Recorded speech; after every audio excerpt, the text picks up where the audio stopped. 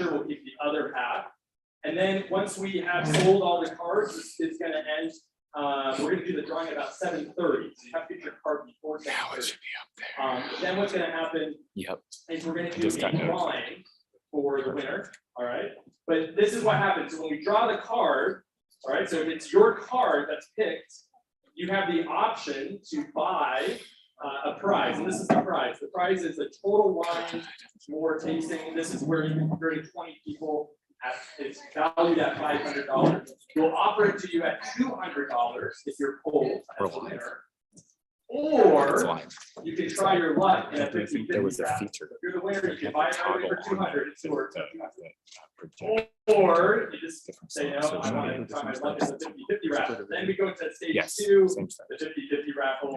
We're gonna have our magician tonight, who's John Carlo, who's gonna be running this. What do you want? So then we're gonna start auctioning off the other ticket for the 50-50 raffle. If you're confused about this, we'll try to say it again. So don't worry. I was ready until I read it about 10 times. So anyways, basically just buy a card.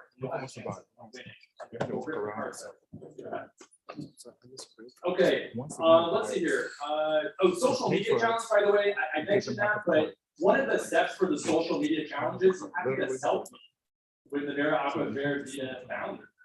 So you gotta find him. So you know this guy named Jacob.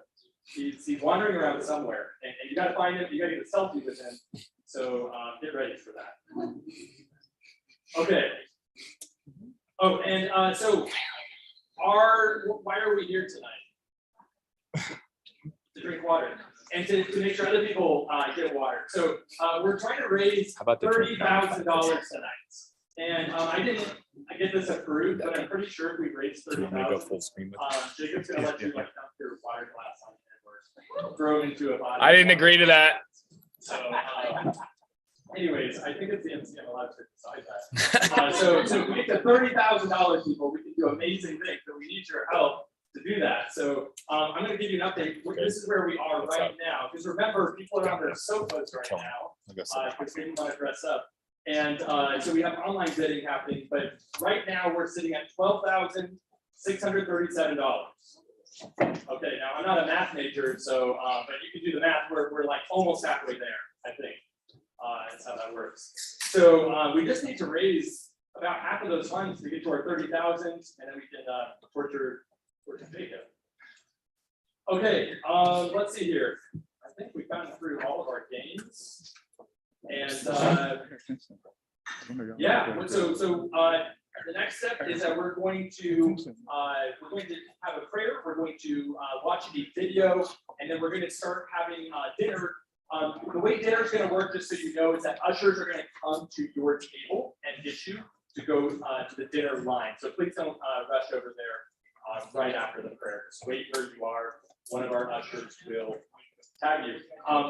During that time, I'm going to be giving some cool water facts for us to think about. And again, I didn't get this approved, but I'm thinking if any of you can like guess some of the facts I'm saying, then maybe the ushers will like let you go first to dinner.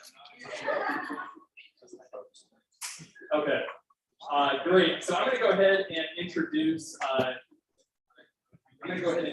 Our the pastor, Father Marco. He's the pastor here at St. Mark's, and he's been a longtime advocate of Vera Aqua VAVV. He goes way back from when Jacob, I don't think was a little boy, but when he was just first thinking about the organization. Father Marco has been here in the Diocese of Dallas since 2010 and has faithfully served many parishes during his time here as a priest. And he's been serving here at St. Mark's since July of 2019. So we'll go ahead and actually, let's do a round of applause here.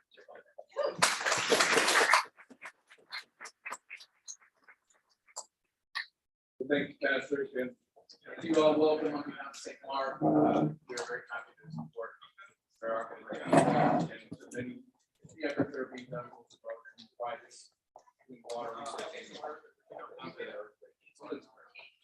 In the name of the Father, and of the Son, and of the Holy Spirit. Amen. Thank you, Lord, for the many graces and blessings you have placed in our lives. We offer you heartfelt gratitude for your countless gifts to us each day.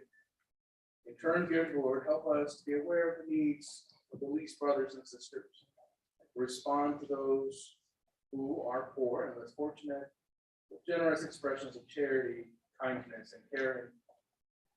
That day, Lord, when we finally stand before you to give account of our lives, we pray that we will hear you say, "Become a good and faithful servants, to share your Father's joy.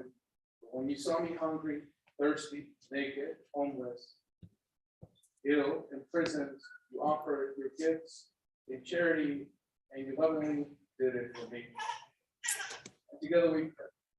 Bless us, O Lord. In these thy gifts, which are without receipt, By thy thy bounty, Christ Christ our our Lord. Lord.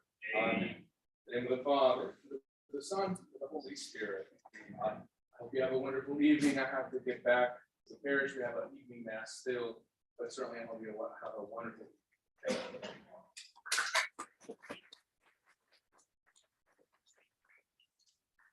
All right, thank you, Father. And we are going to now watch that video to get us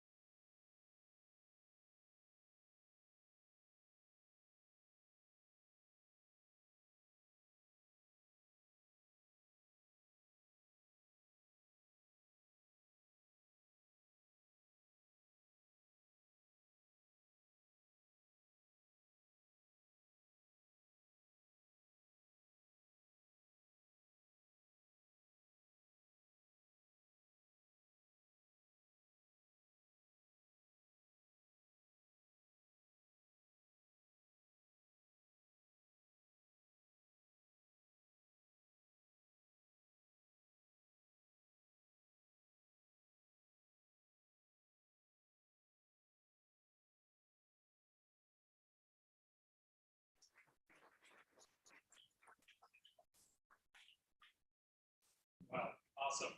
Thank you so much. I feel very good for this mission. I'm going to go ahead and give you guys your first key of word that I mentioned. So, the word is quench. Quench.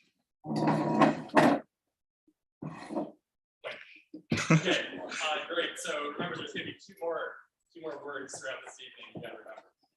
And then, yeah, remember them all.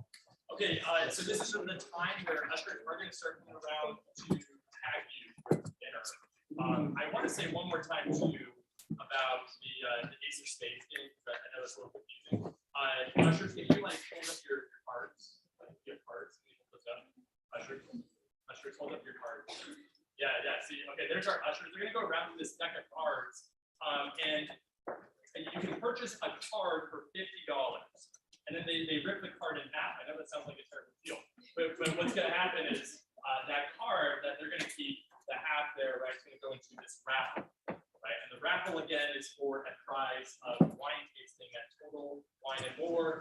It's valued at $500. You can have like 20 friends. If you have to find friends that I think you can make friends in this for us. So yeah, so basically just buy a card for $50. I'm not going to go through all the rest of the steps because I think that's confusing. So just buy a card, and then at 7:30, our magician John Carlo is going to assist us with the next card. So if you're a winner, you're going to get an option to buy the prize for a discounted price or to get it for free in a 50/50 raffle. Okay, so that's all you need to know right now. Just make sure you buy a card. They're going to have like credit cards. Okay, so at this point, I'm going to give you guys some card back. So raise your hand if you are a water expert. Direction for the first. She said when they go to front and said they go back, they sit, and then I said they can't. She didn't want them to go all of them at the same time. Yeah, one tables at a time. Yeah, she showed me the first two. Cool, but you're the usher. It doesn't matter. All everyone else Let's do first. okay, so the first water Yes, Fernando. She said she wants those two to go first. Water crisis is the number one global risk based on impact to society, and it's the number 8 global risk based on the likelihood of raising in years. So that's a pretty sobering water fact. By 2025, it's estimated that 1.8 billion people will live in areas plagued by water scarcity. I'm going to do a fun fact now. Fun one fact. Can you hear me now? Oh, wow. Did you guys hear about the Ace of Spades? Or that? Yeah. Okay, I can say it one more time. Okay. I had some fun water facts. I'm gonna ask people though. This is really fun. How much of your brain is made out of water? I heard 60. Okay. Close. 60 is close. Let's go higher.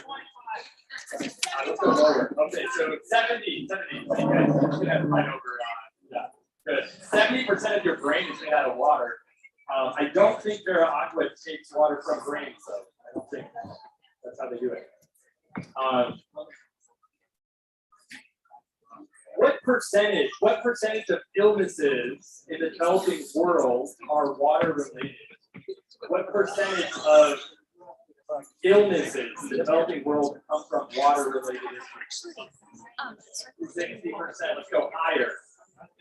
80% of illnesses are water related in developing countries. Okay, how many glasses of tap water per day do Americans drink on average?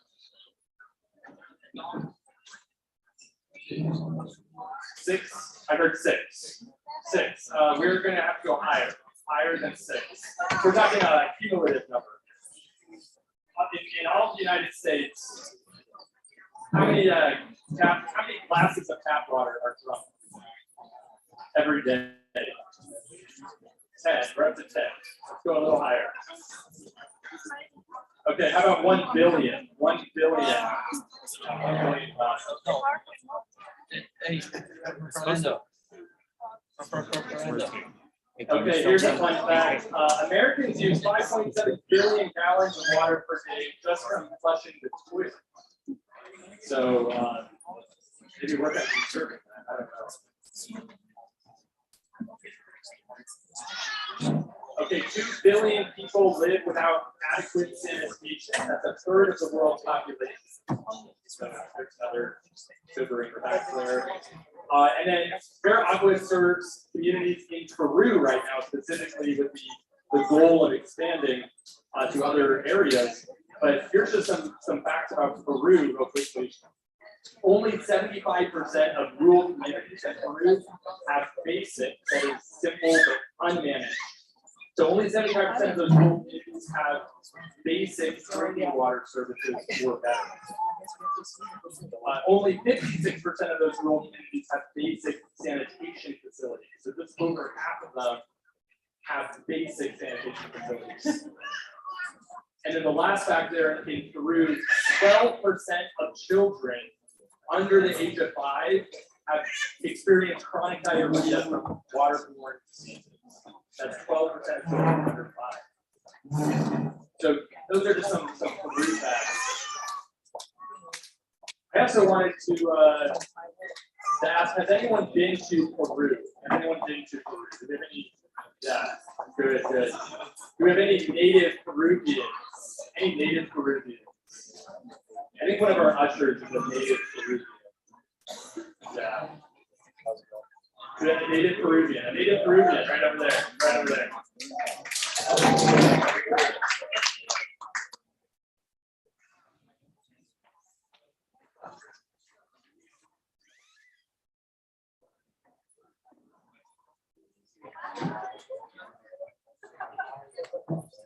Okay, again, just a reminder, you have about 20 more minutes to buy a card for our Ace of Spades game. A little over 20 minutes.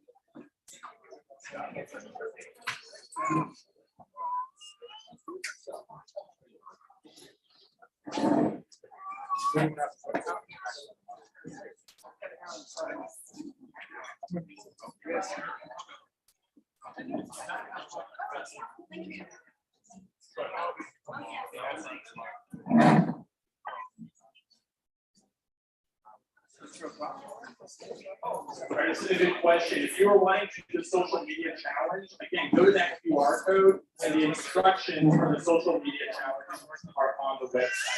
But do remember, to be eligible to win the prize for the social media challenge, you have to get a selfie with Jacob Niemeyer. So try to find Jacob, get a selfie with him, and then make sure you're posting it to social media.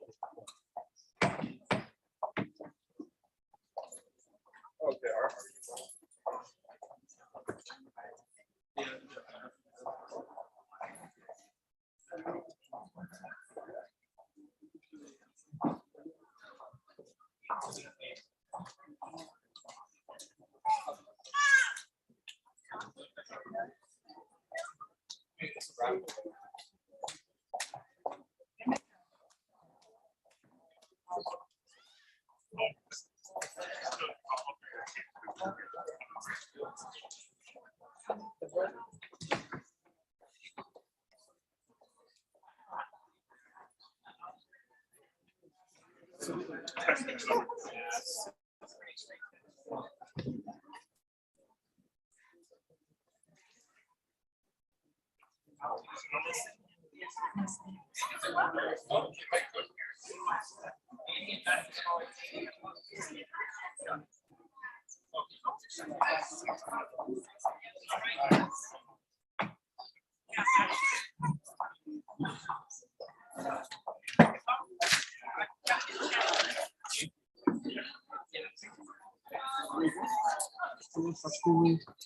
forgot about this.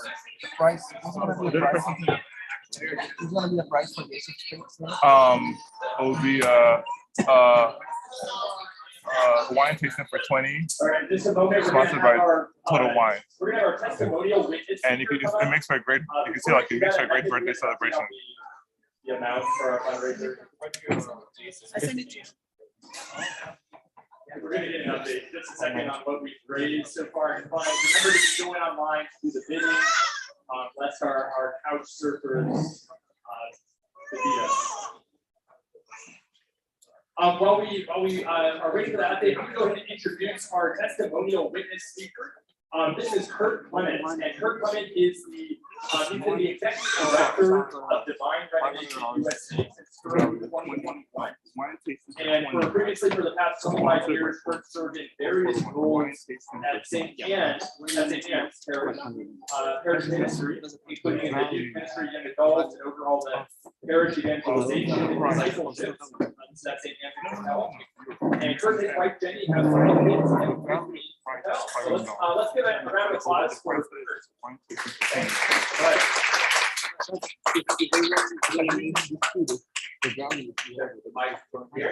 Alright, it's good news to all.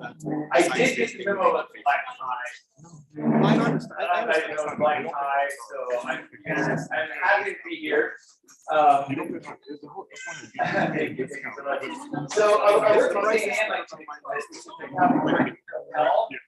I worked there for 25 years until about a year ago.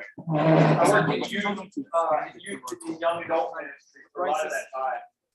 And one of the highlights for me was organizing different mission trips. Now, some people would say that mission trips weren't maybe necessary because we have the need for mission in our own backyard. You know, like we have enough need around us. Why do we need to go to Peru on a mission trip? But I really found that like getting out of our world and just seeing the broader world, the broader church, it actually opened people's hearts to then do mission and come back and to be more sensitive and more aware and more inspired for the needs actually in our own community. So it wasn't like an either or thing, you know, it was just so much fruit that people experienced through, it just unlocked something when people would go and experience something like a foreign mission trip. And that's what happened with Jacob early on. It unlocked something within him. And so over the years of working at St. Anne, I had the opportunity to work at several different mission trips. We did, we used to go to Mexico. We took 150 to 200 youth and leaders to Mexico. And then when it became not safe, we then moved and had a mission trip to Laredo on the border. And then about 10 years ago, I helped organize and start a new mission trip, really targeting young adults to Peru. And the one thing that became so clear to me when you're, you know, here and you're at a church, or if you're an individual and you're trying to figure out like where to like plant yourself, where to invest your time, your money, your gifts, that you are utterly dependent upon the like ground team on the other side of where you're working with.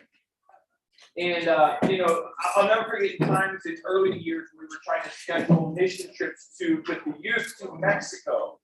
And we would do all that we could to communicate and like get ready to bring a bunch of youth. And we would show up at a work site and you would have a bunch of teenagers standing around because like the communication, and people like trustworthy, like what they said they were gonna do, getting done. So like, you just quickly realize that you're just so dependent. And, you know, I learned that in Mexico, that mañana, which I know is translated to tomorrow, I thought mañana meant mañana, tomorrow. But I quickly realized mañana didn't mean tomorrow necessarily, mañana meant mañana. And so you would, because you would get there and there was this like, there wasn't this sense of like action and being ready. And so that was such a learning experience. And once again, we just realized that whenever you're trying to share your resources and be a missionary, whether with a group or as an individual, maybe you can't go out to other countries, but they maybe want to support missionary trips or missionary activity, that you're completely dependent on the partnerships, the organization, the trust that you have with the people on the ground. And so what was so beautiful about the trip to Peru that we launched about 10 years ago was we connected with a priest, an American-born priest, Father Joe Lewin. And his church was Santísimo Sacramento in Piura, Peru, northern Peru, very deserty. You saw a lot of the pictures here. And when I learned about it, I was blown away because they have this missionary operation out of this parish that you were able to partner with to do medical mission, work in hospices, with schools, trade training, making deliveries of food, deliveries of clothing, helping build houses. And it was like, you know, it was such a powerful partnership. And whenever there you would go, you would see like, you would say, here's how much money we have, $2,000. You'd say, $2,000, you can build 4 bamboo homes. It's $500 a home. And then you go down there and you would see that you would go with them to buy the bamboo and the tin and all of that. And you could see the price of it. And then you would go, this young couple who was trying to have their own little bamboo house apart from their family, and you're there and they're helping you to dig the holes and build the house, you know? It was so powerful to see that connection. Or if you sponsored a family, you said, we're gonna commit $30 a month to sponsor a family, you would go down there and see that how they were gathering the food and then making the deliveries to help these families just like keep their head above water. And so that organization, the personal trust, it was like you believe in them and you will do whatever. You're all in because I want to be a part of the church. I want to be part of the world, and so that was a really powerful experience. But you know, when I went to Santísimo Sacramento, and we would go out from the main town out to all of these different villages out in the desert. And there was this one place that always stood out. And once again, we're talking the poorest of the poor. We're talking bamboo, little forest, bamboo with a tin house, tin roof, no electricity, no running water. I mean, this is like when they talk about the poorest of the poor, that's what this is. But this one community of all the communities that we would serve from Santísimo Sacramento was Monte Castillo. And this town, Monte Castillo, what stood out about Monte Castillo was their water situation. Because it was known that their water, their groundwater was contaminated and it was high in salt. And so for people that had money enough to buy, their water deliveries would come around and they would fill up a 55-gallon drum, a plastic drum that they would have. They put a blanket over it to keep blood from getting in there. So that would be their water, the fresh water, their cooking, their washing, and their drinking water, which that was problematic. There was also a channel that ran alongside the town that was like an irrigation of some water, but it was really stagnant and nasty, and there were dead animals sometimes in it. But they would get in that and try to get water there. But water was a real problem there. And as a result, we would know that Monte Castillo was so different because of the water situation. There was chronic illness and people were sickly and the kids weren't as developed. And so our impact on like this town through the parish and Father Joe, they were doing incredible impact in the way that they were serving communities. But Monte Castillo was limited because of the water situation until God brought Jacob into the picture. And I remember Jacob was on the first or the second of the first young adult mission trips. But Jacob, who, if you don't know Jacob, who is the leader of VAVV, is the purest of hearted of souls. He was a young engineer graduate from Purdue working in engineering. He started having conversations with Father Joe, and he started having conversations with the community leaders of Monte Castillo. And I remember Jacob was wrestling with the call to leave his secure engineering jobs to launch into this as a ministry. And so I loved seeing that story unfold and was honored to be a part of it. And I'm honored to be here and be a part of it, continue to be a part of it, and being a supporter of VAVV. So because of Jacob's hard work and beautiful spirit and just fighting spirit, he has made it possible that Monte Castillo, now they have a water treatment plant that draws water off of the irrigation channel, and they have fresh water in Monte Castillo. And it's like 10,000 people in this. It's hard to imagine, but this community now has fresh water because of Jacob's call, responding, saying yes to the Lord, and then to develop the mission of VAVV. And so it's like changing lives for generations to come. And so once again, I'm really excited. I'm convicted to, as I reconnect with the story of Jacob and VAVV, I'm convicted to really get behind him even more than we have. To really be rooting him on, be supporting him. Because I can't, as you think about here, we can't all go be missionaries, but we can get behind missionaries.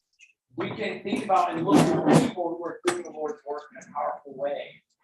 And and I can't think of a more organized, a more impactful, and a more trustworthy organization to get behind and to support in sharing, in blessing people and serving the poor of the poor. So thank you for having me. I'm excited to reconnect with Jacob, be part of this tonight, and hope we can all be as generous as possible to help as he expands, I know, from 1 to now 3 communities and beyond, bring fresh water to communities in Peru and beyond. So thank you.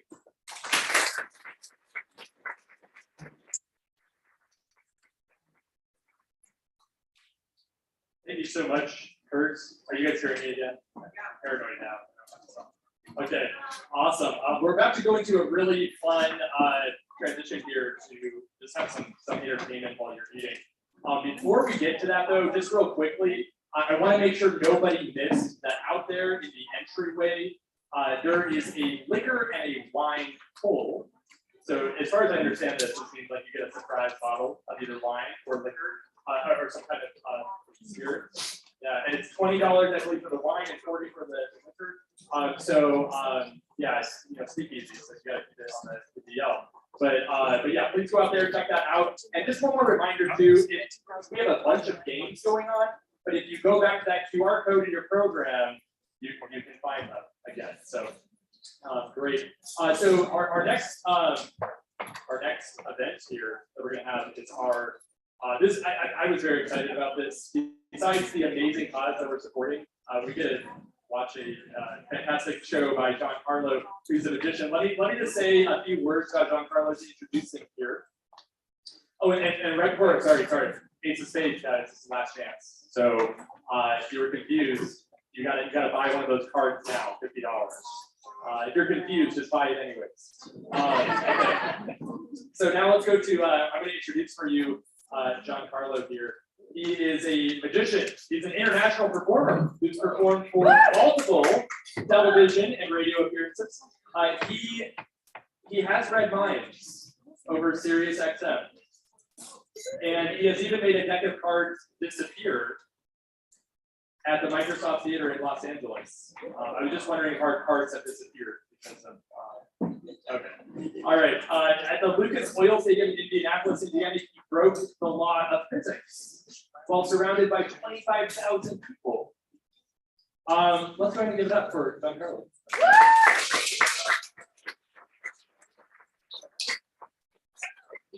Okay? Yeah? All right, I brought a balloon, so let's get the party started, okay? All right. I'm gonna start right here. Hi. Here, that's me. Hold on, with the balloon. I want you to think of a number between 1 and 50. Is the mic on, by the way? There we go. Yep. Number between 1 and 50. What number are you thinking of? Yeah, you say it out loud. Go ahead. The number 7? All right, go ahead and hand the balloon to anyone in the room. Someone you know, someone you don't know, totally up to you. Hand the balloon to someone in the room. Go ahead. Hey, how's it going? Nice to meet you. Can you think of a number between 1 and 50? Whatever you got. The number 10, fantastic. Don't give the balloon to anyone in the room. That didn't seem random at all. I love it. So we got 7, we have 10. Now what's your number? 49. We have 7, 10, and 49. You go ahead and give the balloon to anyone in the room.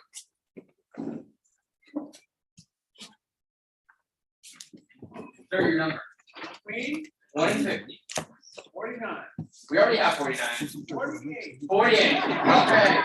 48. We got one last number. Go ahead. This is the last person. So go ahead and give it to anyone in the room. Yeah.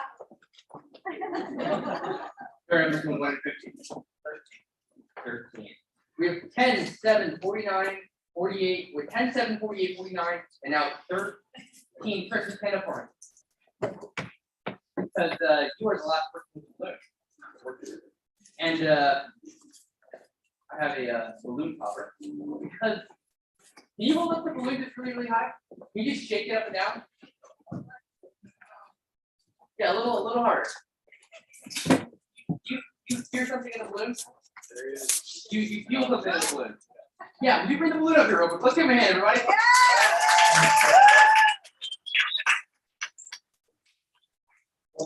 Here, this is for you. This is the popper. I'll let you do the honor. Stand right here for the Whenever you're ready, go for it.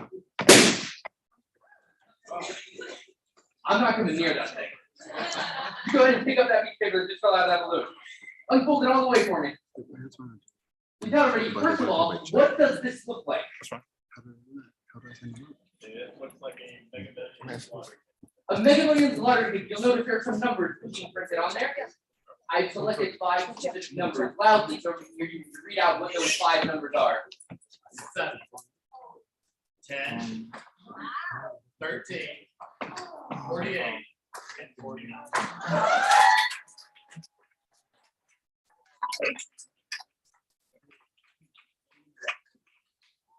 Now, let's dial it back a little bit. Because I haven't properly introduced myself. My name is Giancarlo Bernini. Well, my full name is Giancarlo Bernini, but that is only in a minute. My parents are from Costa Rica, which is why I have the long name. My grandpa's Italian, which is why it's spelled super weird. I live here in Dallas. But many of you may not have ever been to an magic show before. Maybe the most magical thing you've ever seen, the most magical magic show you've ever seen could have been maybe on a stage in Las Vegas. Maybe though, it was when you were a little kid and you had a grandma with one of those big Mary Poppins purses, and anything you asked for, I'm hungry. Granola bar. The Kleenex here, I got one. Headache, Band-Aid, whatever you need.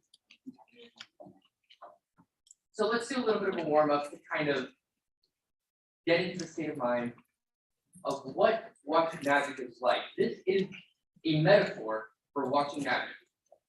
It's a piece of rope. It's something very simple. Again, this isn't magic. This is just the warm-up. It's an idea to get your brain used to watching magic.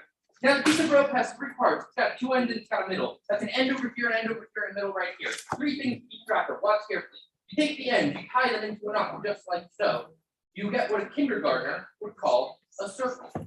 You take the only kind of scissors that a kindergartner should be allowed to have. And you can actually cut the rope. That got weird real quick. Sorry, I said we're going to keep it simple.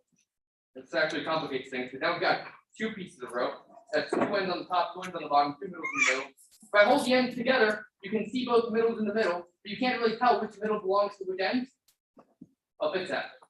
If you stretch the pieces of rope a little bit, you can actually get both pieces of rope the exact same size.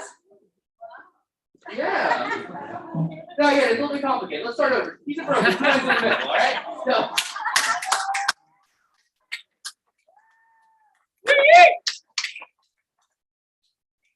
I get what might be confusing you is this.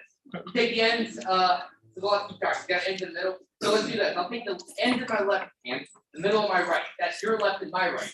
Don't let that confuse you. Take the magic scissors again, cut the rope again, but you've already seen me do that way. So let's do this. I'll take the pieces just like this, tie them into a knot like that. And what we end up with is something that acts like a piece of rope.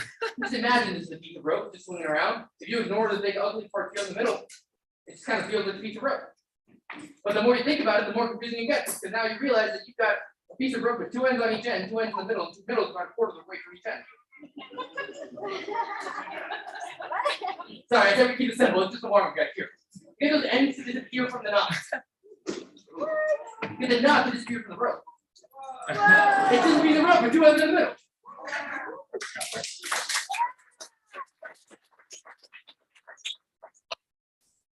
Slow it down. I said we're going to keep it simple. 3 things to keep track of. Let's bring it down to 1. That's the most confusing part. You've got an end here, an end here, and a middle here. 3 things to keep track of.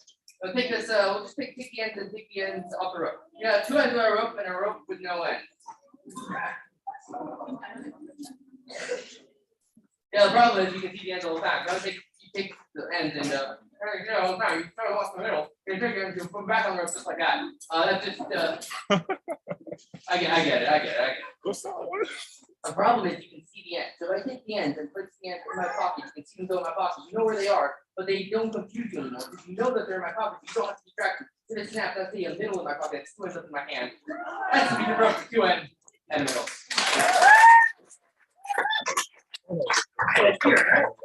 Here in clothing, make sure that there's no flat, elephant, trapdoor, smoke machine. This is just a normal piece of rope, yes?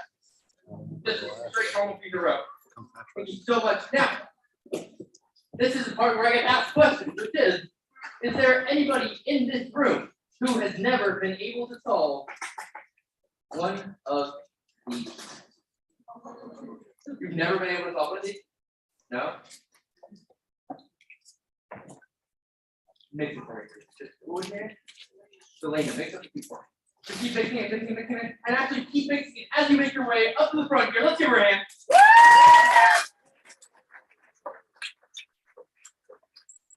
We keep it together, okay? I'm not going to tell you the cube is going to solve itself. I'm not going to tell you you're going to solve the cube. All I'm going to say is I want you to imagine what it might feel like to mix the cube and accidentally solve it, okay? You go ahead and take the cube, put it behind your back, and start mixing. Well, everyone counts us down. Yes, you need 2 hands. Everyone count us down from 10. Go for it. 10, 9, 8, 7, 6, 5, 4, 3, 2, 1. How do you feel?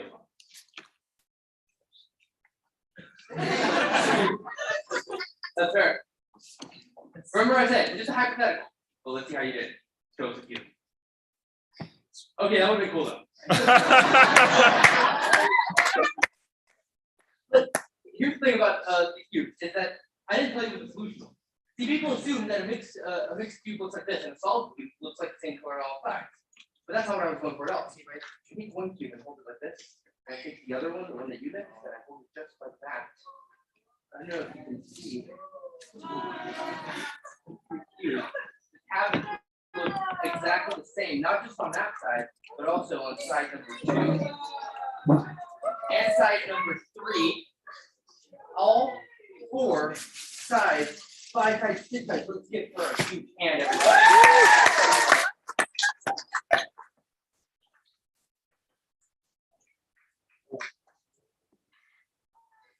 I know there's some skeptics out there who are like, he didn't solve the cube. So for those of you who are skeptical, this is a cube mixed up with one hand. Without looking, while saying the alphabet backwards, CY XWBUT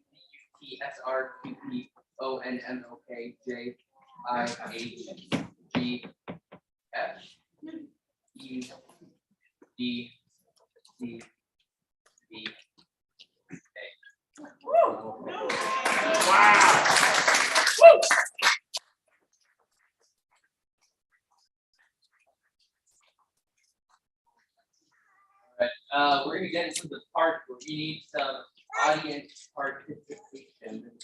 Therefore, I am going to ask you people to pick some cards. So I'm gonna come. Yeah, I'm gonna come to this side of the room. Hello, you're being volunteer. You're both volunteering each other. Since you're both volunteering each other, with the 2 of you make your way up here for a second. Let's give them a hand as well.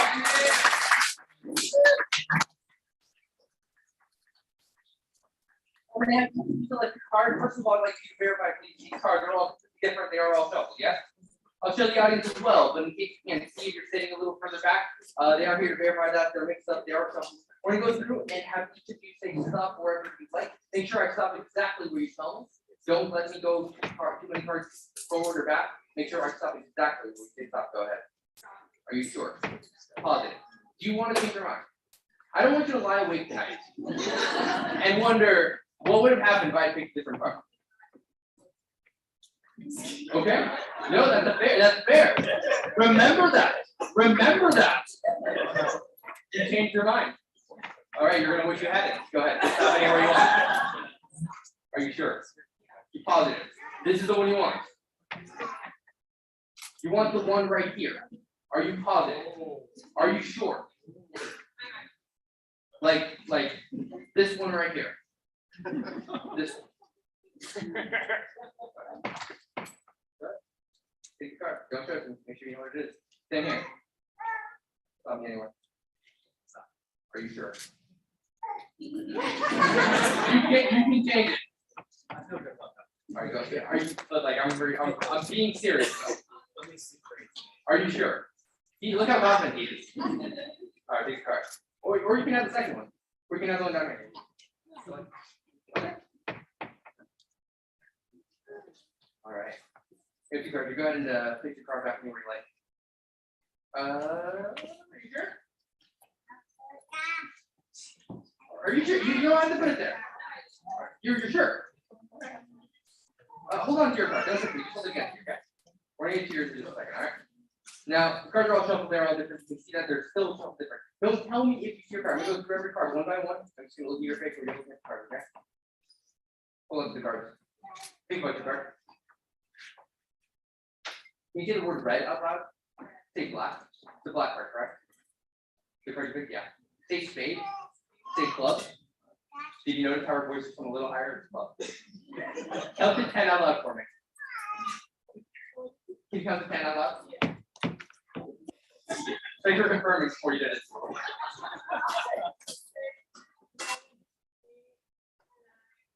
That was really funny until the moment she got serious when she was counting. Did you notice that shift? Right around the 6 and the 7. Can you say the word 6? Say 7. Was your press 7 club? Yeah, let's see your hand.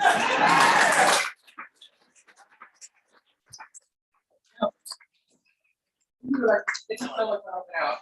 But I'm gonna ask you to stay up here for just a second because you have a card you're holding on to. And are you sure you don't want to change it even now? Okay. Because the thing about this is that once you know how to read people, you can actually learn how to influence. When every single time I asked you want to change your mind, did you feel like you could have? Like you had that free choice to do it? Did you also feel like you said stop exactly where you wanted me to stop? And I stopped exactly where you wanted me to stop. All right, everybody call your phones. Go to Instagram. Follow your Instagram. Go to Bernini Magic. If you don't have an Instagram, go near someone who does. Bernini Magic. That's BERNINI Magic. Because weeks ago, in the third row, it's the 9th photo, last photo on the third row. If you pull up Instagram, BERNINI Magic. There's a picture of me holding a single playing card. Bernini Magic. BERNINI Magic. There's a picture of me holding a single playing card. Third row, last photo. I don't want you to say it yet, but turn on your flashlight. Turn on your phone flashlight if you have it pulled up. Turn on your phone flashlight if you've got it pulled up. Okay, 1, 2, 3, 4, 5, 6, 7 flashlights in the room. That's good enough. We'll look at your cards here. You could have chosen any single one of these cards. On the count of 3, everyone, yell out the card that's on the Instagram that I'm holding. Ready? 1, 2, 3. Okay,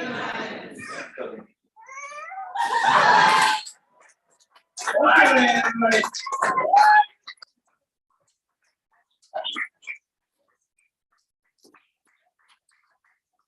This is the part where he lies awake. Nice. We're gonna take it a couple of notches further. I'm gonna need a couple of people at random. This side of the room over here. Right here, great Deco. Adam, I want you to talk before. Have we ever met? You have no idea, like this is for real.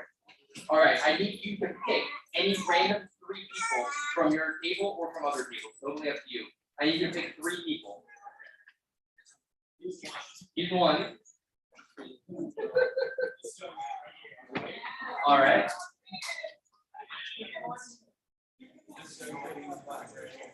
In the black right here. 1, 2, 3. Oh, right here. Would the 4 of you come up here for a second?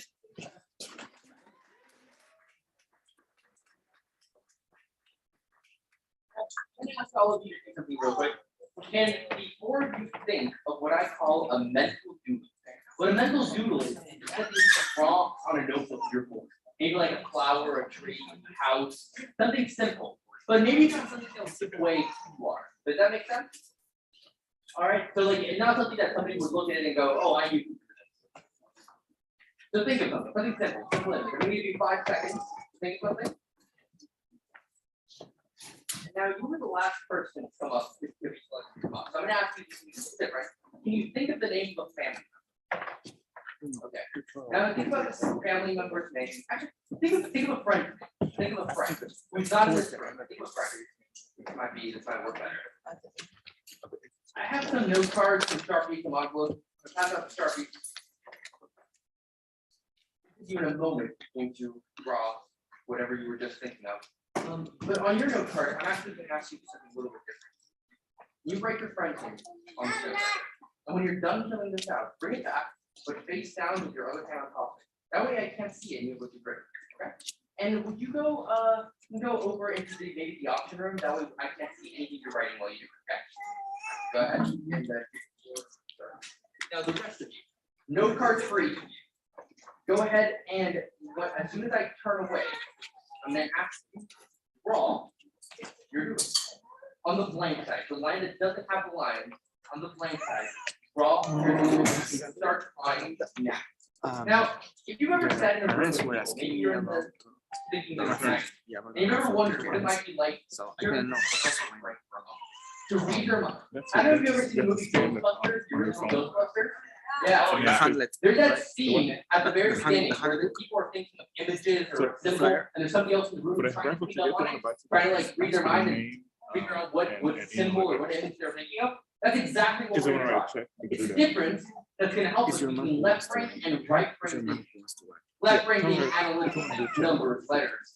Right brain being things like pictures, creative. If she doesn't have a chance, It's going to be kind of like a light effect or a metal detector. someone else wants to. So artists, I'm going to give you 5 seconds. Are they done yet? No. All right, 5 seconds.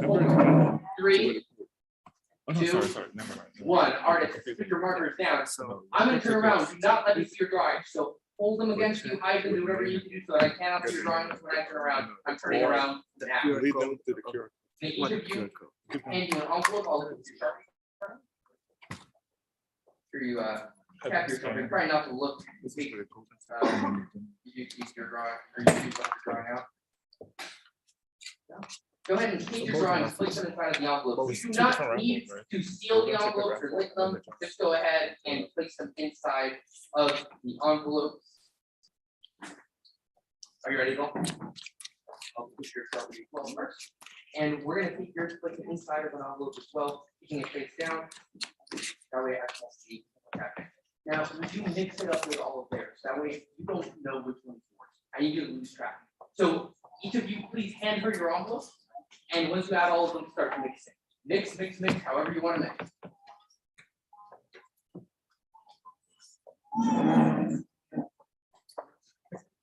And we're gonna use this. Now, keep in mind your drawing. All right, imagine you keep one step forward. All right. We're good. Think about your drawing. Do you have all the envelopes mixed? You know which one's yours. Perfect. Go ahead and just pick one up and just hold it up in the air. Interesting. You went for the top one. All right. First, we're going to try to figure out which one is yours. And I do not believe that this one's yours. Now, if I do get this right, there's only a 3 out of 4 chance. There is a 3 out of 4 chance I'd be right. Only 1 out of 4 chance I'd be wrong. So the odds aren't amazing. But I still don't think it's yours, and it's not. But now we have to try to figure out who this belongs to. Little race car. Or just regular car. Looks like a race car.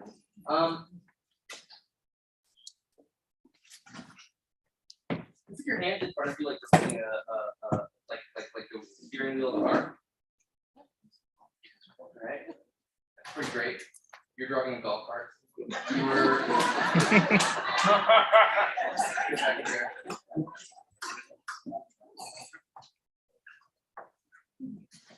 It's because he's tense, because he's nervous. It's your friend. Let's give him a hand.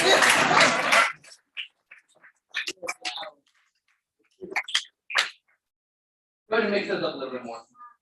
You know, by the way, that you can actually tell something about people by the way that they mix envelopes? Yeah, really. Like, I can tell you're a pretty confident person. You're up here mixing envelopes in front of a crowd, which is something you probably never thought you'd do in your life. Yeah. And also, you're probably born closer to the end of the year. Is that correct? Now, have you ever met before? No. And you selected her at random. You know her. No. You don't know him. Count to 5 out for me. 1, 2, 3, 4, 5. You were born like November, December, is that correct? Would I be correct to say you were born like December 22nd, 23rd? Yes. Perfect. 23rd. December 23rd, perfect. Mix it up a little bit more.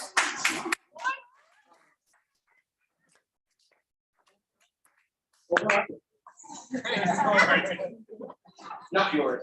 Let's see if I'm right. We're getting closer. And it's not. The Nintendo Switch. You labeled it for me. Hey, we have one of those in the auction room. Shameless plug.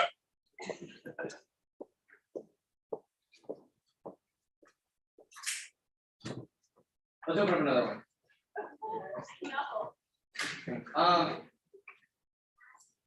I think this one might actually be yours. Can you just drop it on the floor? I don't want to open it just yet. Let's open the last one, see if we're correct. And it seems we are. A fish on a fish line. That's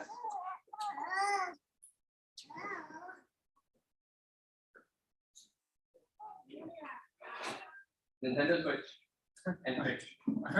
Yes. Let's give all of our artists a huge hand.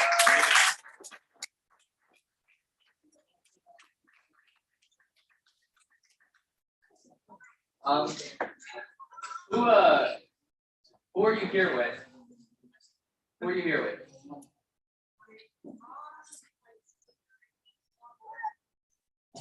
Okay, whole family. Okay. They have a Nintendo Switch. And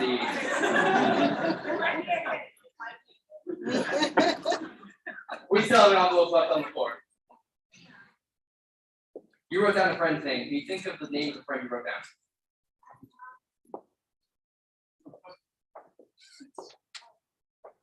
This is really weird. I'm getting like 2 names right now. Are you only thinking of your friend's name? No, now you are. All right. I'm sorry. Does the name like Miriam mean anything to you? Something like that? Yeah. Who's that? I'm sorry. Your sister. That's not the friend thing you wrote down. No. Okay. That's what. Wait, hold on. Earlier, when I asked you to think of the name of a family member, then I had you change your mind. Did I actually think of a family member? Were you thinking about your sister? Yes. Okay, great. Stop thinking about your sister's name. Just your friend's name.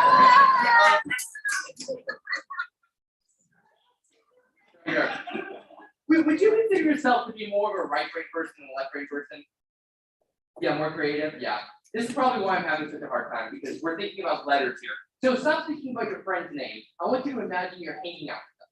Imagine you're hanging out with your friend, you're having a good time. In fact, imagine you're at your dream vacation spot. So wherever you'd most like to go in the world, you're there with your friend. Oh, this is interesting. She's thinking more about the place now than her friend. In fact, here, check this out. Definitely a record person. Don't say this out loud. Do not say this out loud. This is my guess. Do not say it out loud. This is my guess. Out loud so everybody can hear you. Where in the world are you imagining you're hanging out with your friend?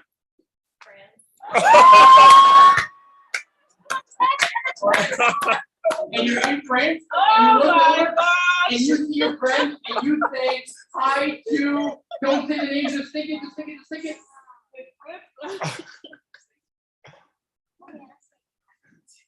All right, you got it. Out loud, what is the name of the friend you wrote down on that note card? Go ahead. Say it. Elizabeth. Thank you, everybody.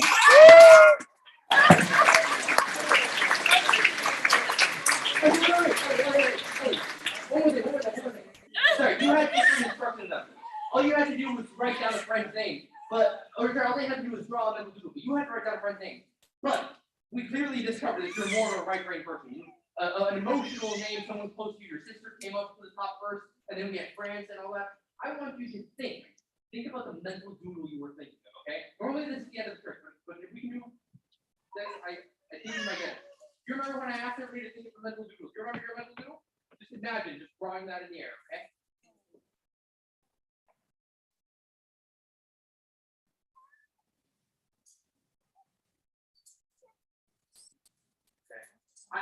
For these, I don't always get exactly what it is. I get like the general idea, general shape, general, so I don't know exactly what this is. Hopefully it'll make sense. But this is I'm committed to this. If you draw whatever it was you were thinking of, as large as you can, so everyone can see it. Draw whatever it is you were just thinking of.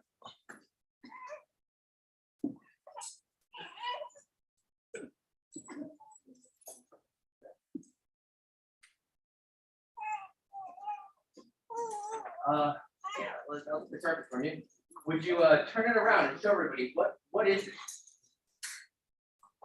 Oh, it's a dress. So much better than the way I did. No, really, because I didn't get it that nice, but I think I got pretty close. I got a general idea of, I would say this.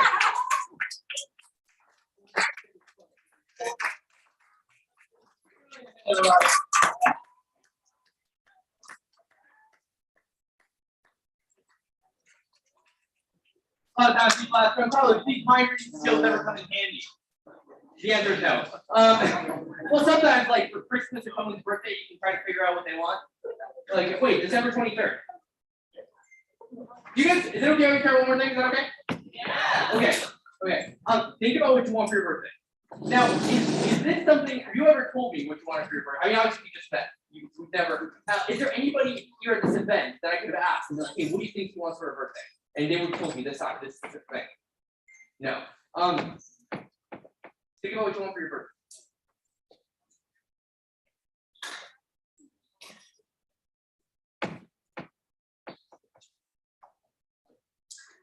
Oh, that's nice. I like this. Out loud so everybody can hear you. What are you thinking of? What do you want for your birthday? A miraculous medal? Oh. That's what I thought.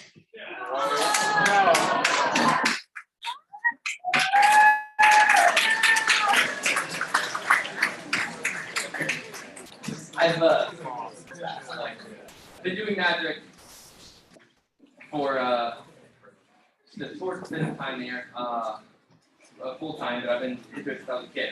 And magicians, we all get together at these large conventions. In fact, I'm headed to one tomorrow morning. I'm flying to Las Vegas for the country's largest magic convention. One of the things we always talk about is what makes magic magic.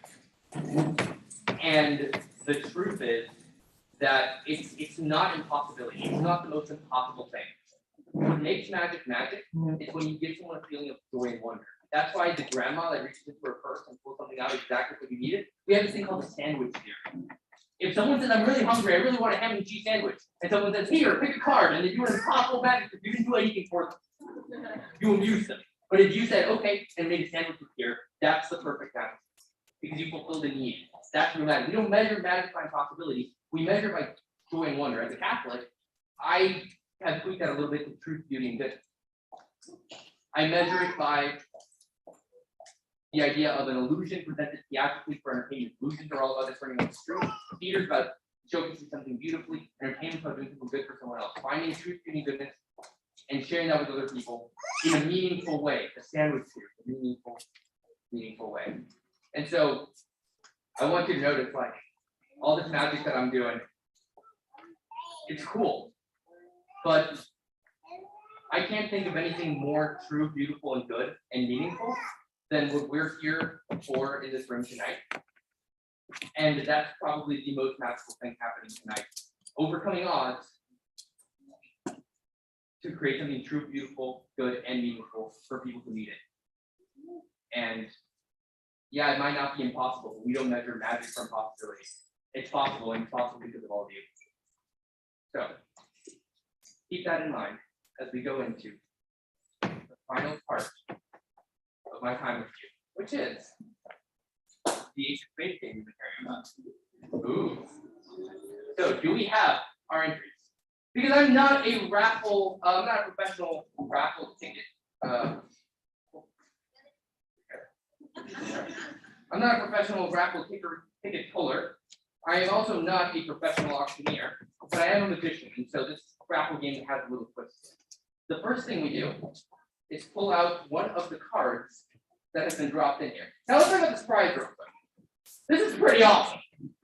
$500 value, and that's not a number they made up. It's on their actual brochure. $500 right there. $500 value.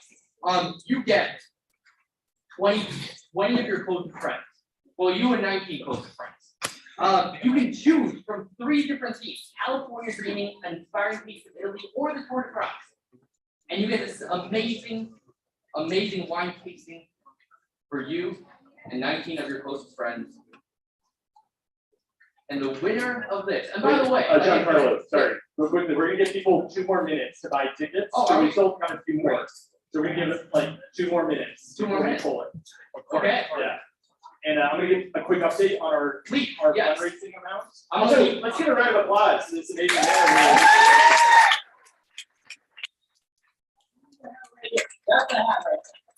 We're gonna talk to this guy.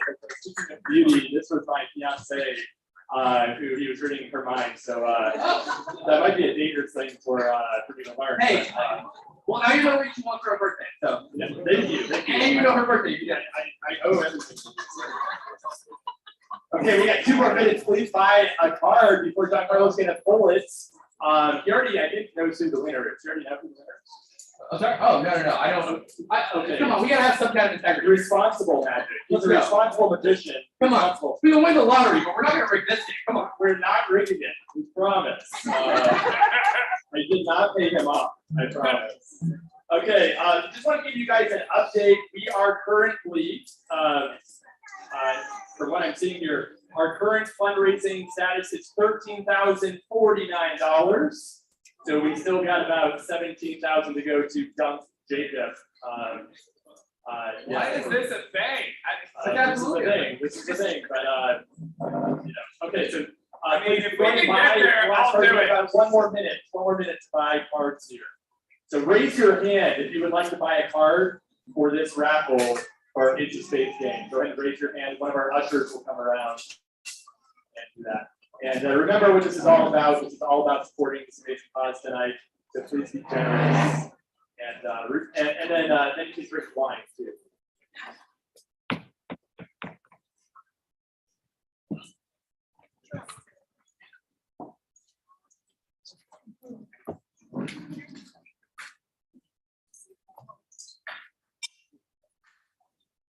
Okay, has everyone had an opportunity? So then I think we're going to be about ready here to pull our card. Oh wait. Oh, we have one more. We have one more. Oh, we're ready for three more. Wow.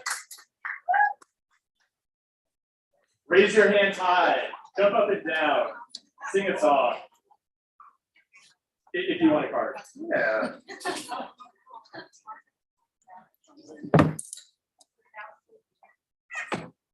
That's kind of cool.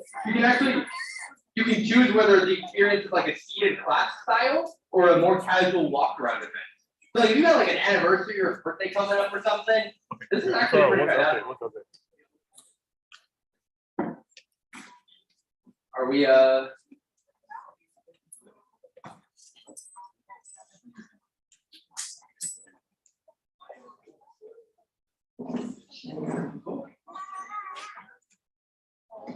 one more? One more. All right. I'll mix these up in here. All right. Now remember, this game does come with a bit of a twist. It wouldn't be the magician's game if it wasn't. So if you do not win, if your card is not drawn right now, you still have a chance to win that prize. You still have a chance to win that prize. It's not automatically done if I don't pull your card out right now. What do you mean, John Paolo? Well, how does that work? How can I win if I'm not in? well, see, here's what's gonna happen. If I pull your card out right now, you will get the chance, the opportunity to take home that prize for $200, a $500 value for just $200. Or you can risk it and go in 50-50 with the ace of spades, which we'll talk about in just a moment if we get there. So first up, the winner of the first phase of this is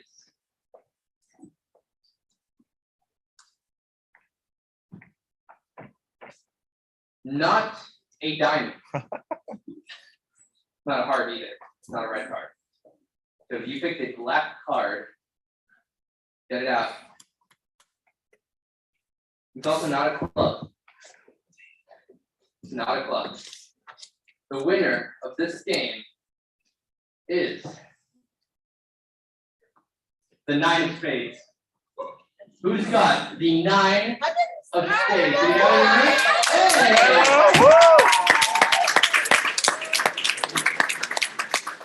What's your name? Manuel, say that for me. Manuel. It's an amazing, amazing package. Worth $500. You get to choose from 3 different experiences, depending on what part of the world you want to try wine from. You can do it classroom style, or you can do walk around. You can even pick 19 people to come with you for free. Well, there's plenty in this room you can pick. Would you like to buy that prize for $200 right now? Or do you want to risk it in a 50-50 game?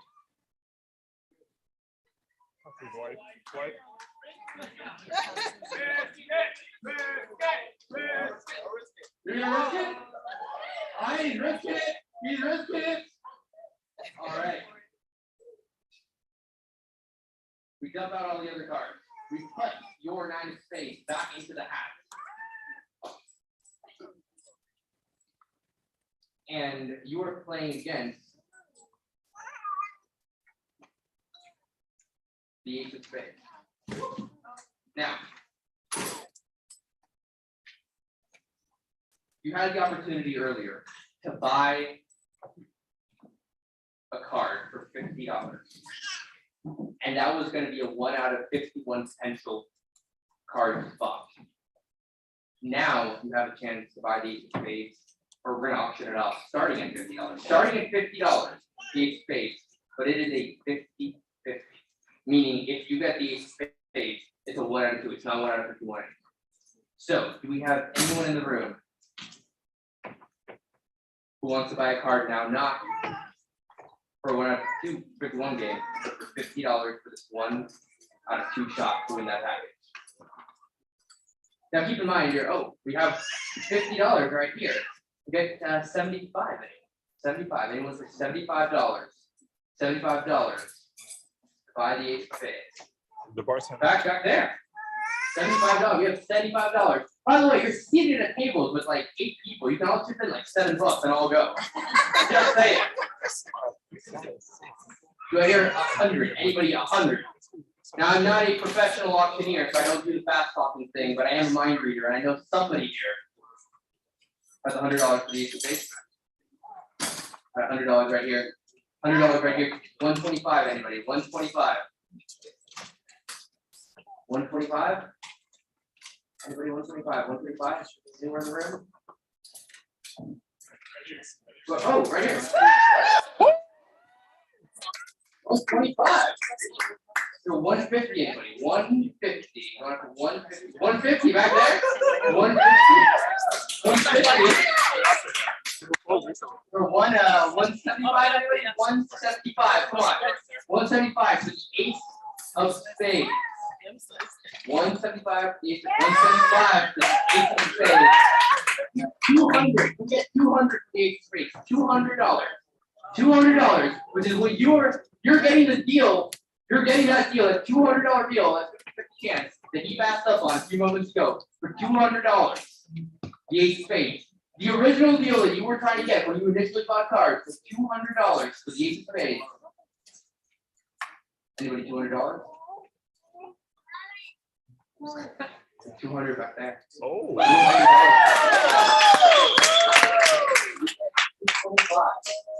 225. Anybody 225? I can try to do the fast talking. 225, 225, I can't do it. I'm not that dumb. I do other things. 225, everybody. 225. Ace of spades.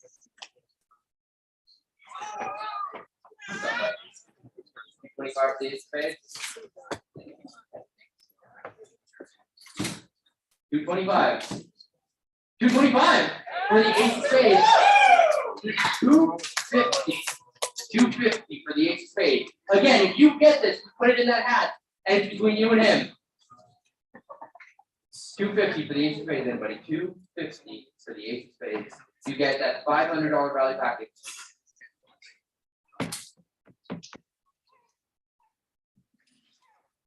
$250, anybody.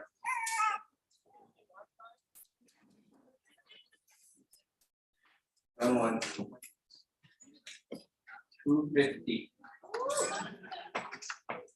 This is awesome.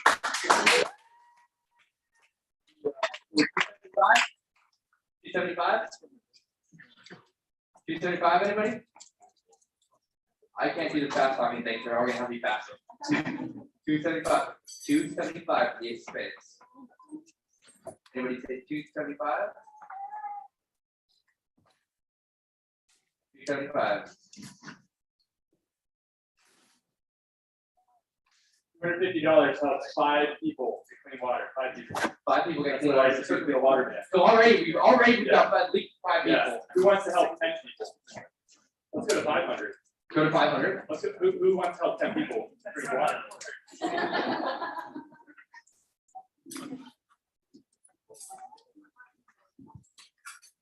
It's 5. We're saying 5. We're not 5. We're only helping 5 people, guys. Maybe you go like 10 Do like a 5. Well, we're at 272. Yeah, we're going for 275 now. 10 people right there. Right here.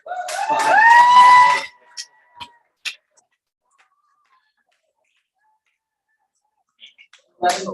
Eleven people. 11 people.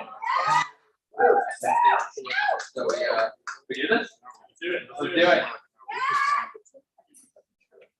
All right.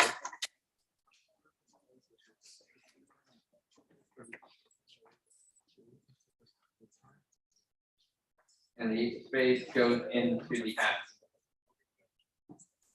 We're helping 11 people. We've already won, but we do have a prize to give away. Do you want my other hat? And you can do that. This is your half right here.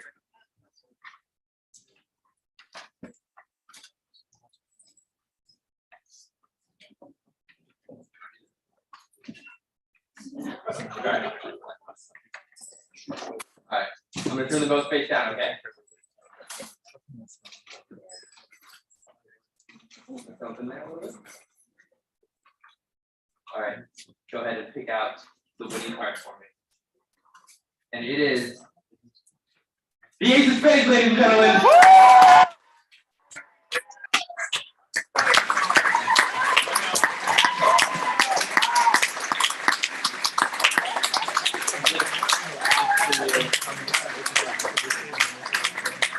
All right, thank you all so much again. My name is Bill Carl. Let me turn it back over.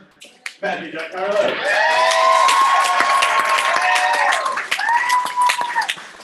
All right, thank you so much, Carlo. That was fantastic. And I would also like to just point out that our winner over here, who is helping 11 people get clean water in Peru, her husband was in Peru for, I think, 11 years. 14. All right. So go talk to those amazing people. We are going to introduce now our keynote speaker of the evening, long-awaited, but worth the long wait, I know. So we're going to introduce here Joe Christensen. And Joe graduated from the University of Dallas with a master's degree in English.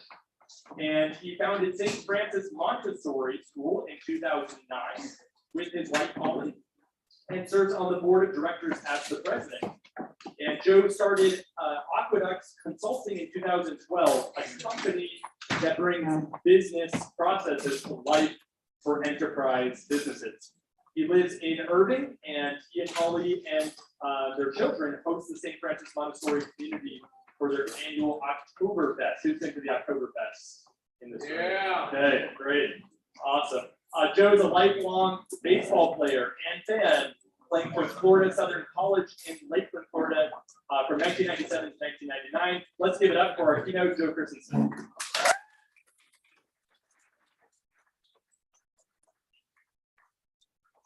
Hey Joe, I don't want to steal your thunder, but I thought everyone might want to know that we have dessert.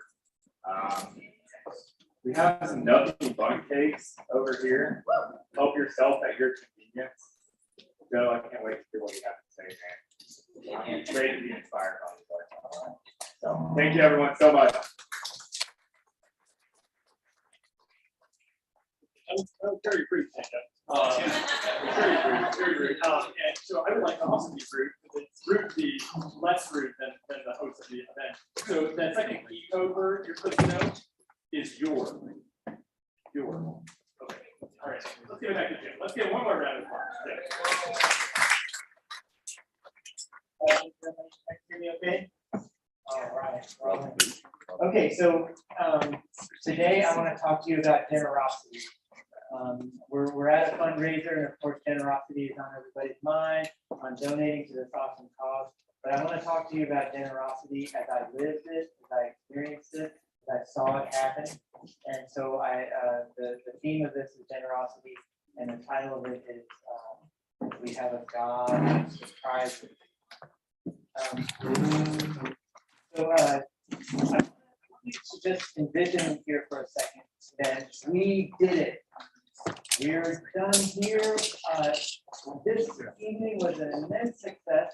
You guys gave a lot of money. Here goes. You also paid for this event, and you gave your time and your resources. And some of you in this room are going to go and donate your time and volunteer for the group. You're going to be there for this next installation, and it's going to be amazing, all right? So a little bit of time machine. You're already there. We did it, and you get done with the installation, and there are a couple of kids there. One a young lady, her name's Carolina, and then a young kid named Bruno, and then they're tagging along their kid sister Noelia. So, you have to sit, you're sitting there with those people, you're tired, like you've already been through the celebration and the water installation, and you're looking out basically at the beautiful, desert landscape. And you're wondering what to say to these kids, because you got the water up and everybody's jubilant, right? We're all super happy. I mean, this is a moment, like you're in another country and you donated your time, you came out of your shoes to be there. Some of you guys actually in this room will be here. So the question here is, what now? What do you say to these kiddos? And I want to point out that when I only heard about VAVV about 5 weeks ago. I met Emeka and Jacob. Many props to Adrian Montes who recommended me. He's here today. But I really want to just emphasize that they don't just deliver water to people and go away. They show up in person and do the installs. They teach you how to get your own water. Most importantly, the theme of their whole mission is that they want those people who get clean water to have access to a vocation so that they can do their life the way that a lot of us have already, but many of us are just starting off and doing it. We have a lovely young table of very young children over there, but I also notice a lot of people in the room who are in their 20s and look like they aren't there yet. By there, I mean whatever Polly and I are celebrating being away from. The noise, the children and the pattering and the squabbling over this and that and the other, right? So what's neat about this is that these guys care about what happens to you after you get your clean water. And a lot of the people in this room are Catholics. Catholics have this word vocation. I think a lot of the people who are not Catholic or tuned in online, as well as in the room, are not Catholic. The vocation, there is a calling. We hear that a lot in the scripture. And what's awesome about this is that this organization wants those people to have a calling. So I want to talk to you about that. What the calling is and how to respond to it when you get it. And what these people, when you give them the water, what they get when you've made the sacrifice tonight, because you already made it. Like we're already in a time, we're in a time machine. We're in Peru. We're already done. And we're just like we're taking it. Okay, so those three children are they're my childhood friends. I was only 13 or 14 when I met them. They're from Peru, and they were different when they came into our apartment complex. Because they were from Peru, there are not many people from Peru where I grew up in Southwest Florida, in Fort Myers, Florida. But there were people of every nationality, every ethnicity, every religion, because it was Florida. And we have all of Latin America. We get a lot of people from the Northeast. They're in from everywhere. And so those are my childhood friends. Those are people I know. And what I'm imagining is that those three people that I grew up with, I love those guys. Like the middle one, Carolina, she was my friend.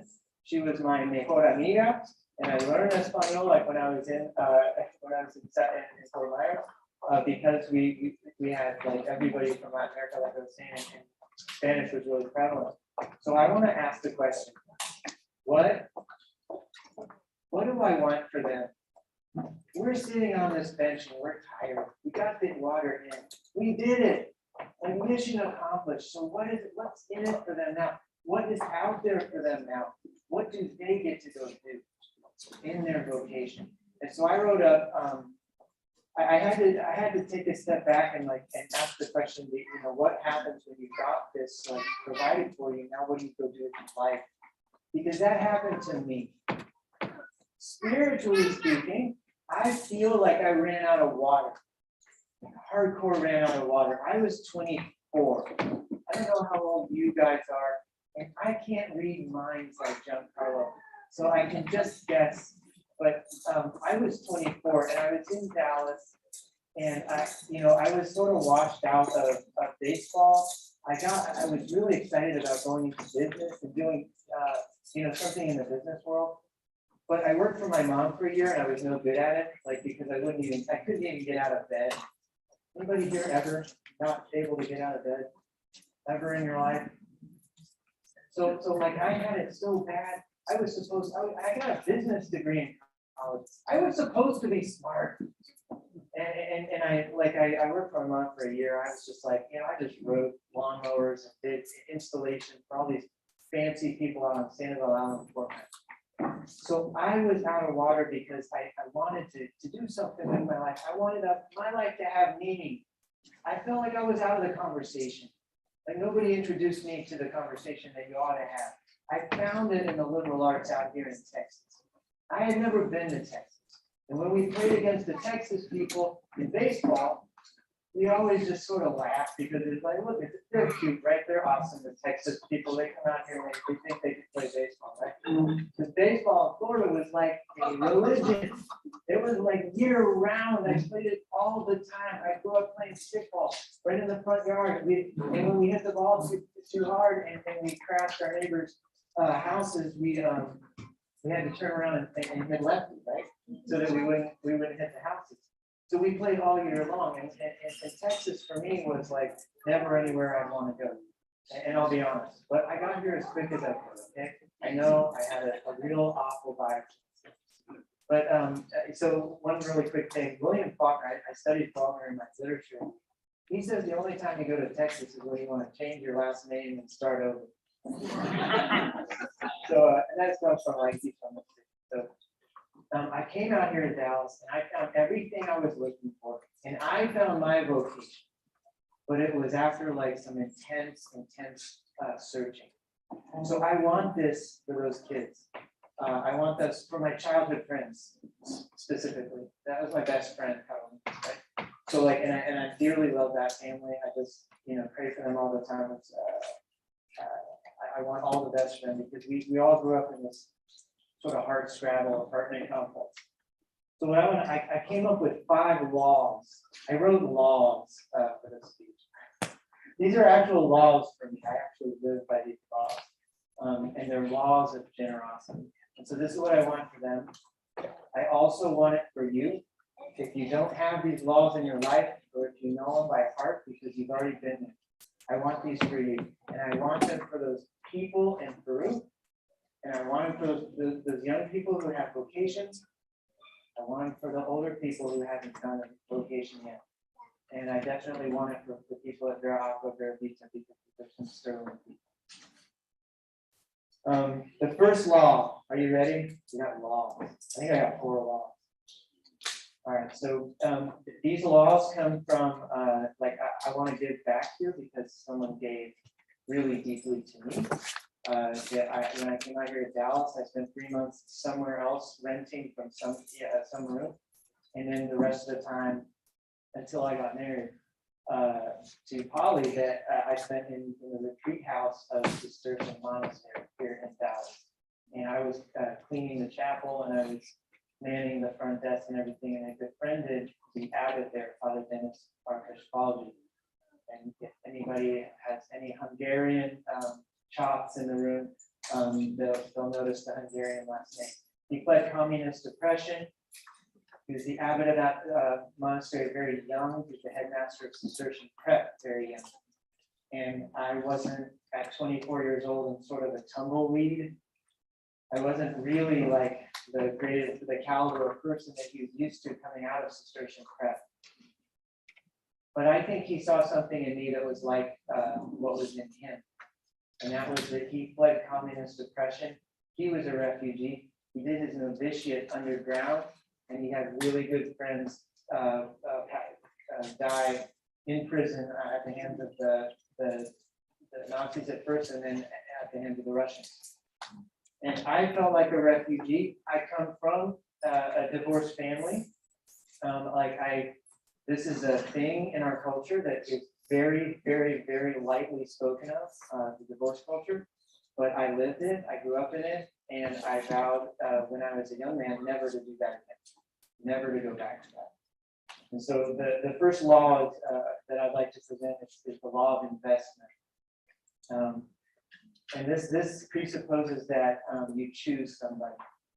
In the Gospel of John, you have John, who's John the Beloved, right? And he's chosen. And the Jewish people, of course, are the chosen. a great television series if you haven't seen The Chosen.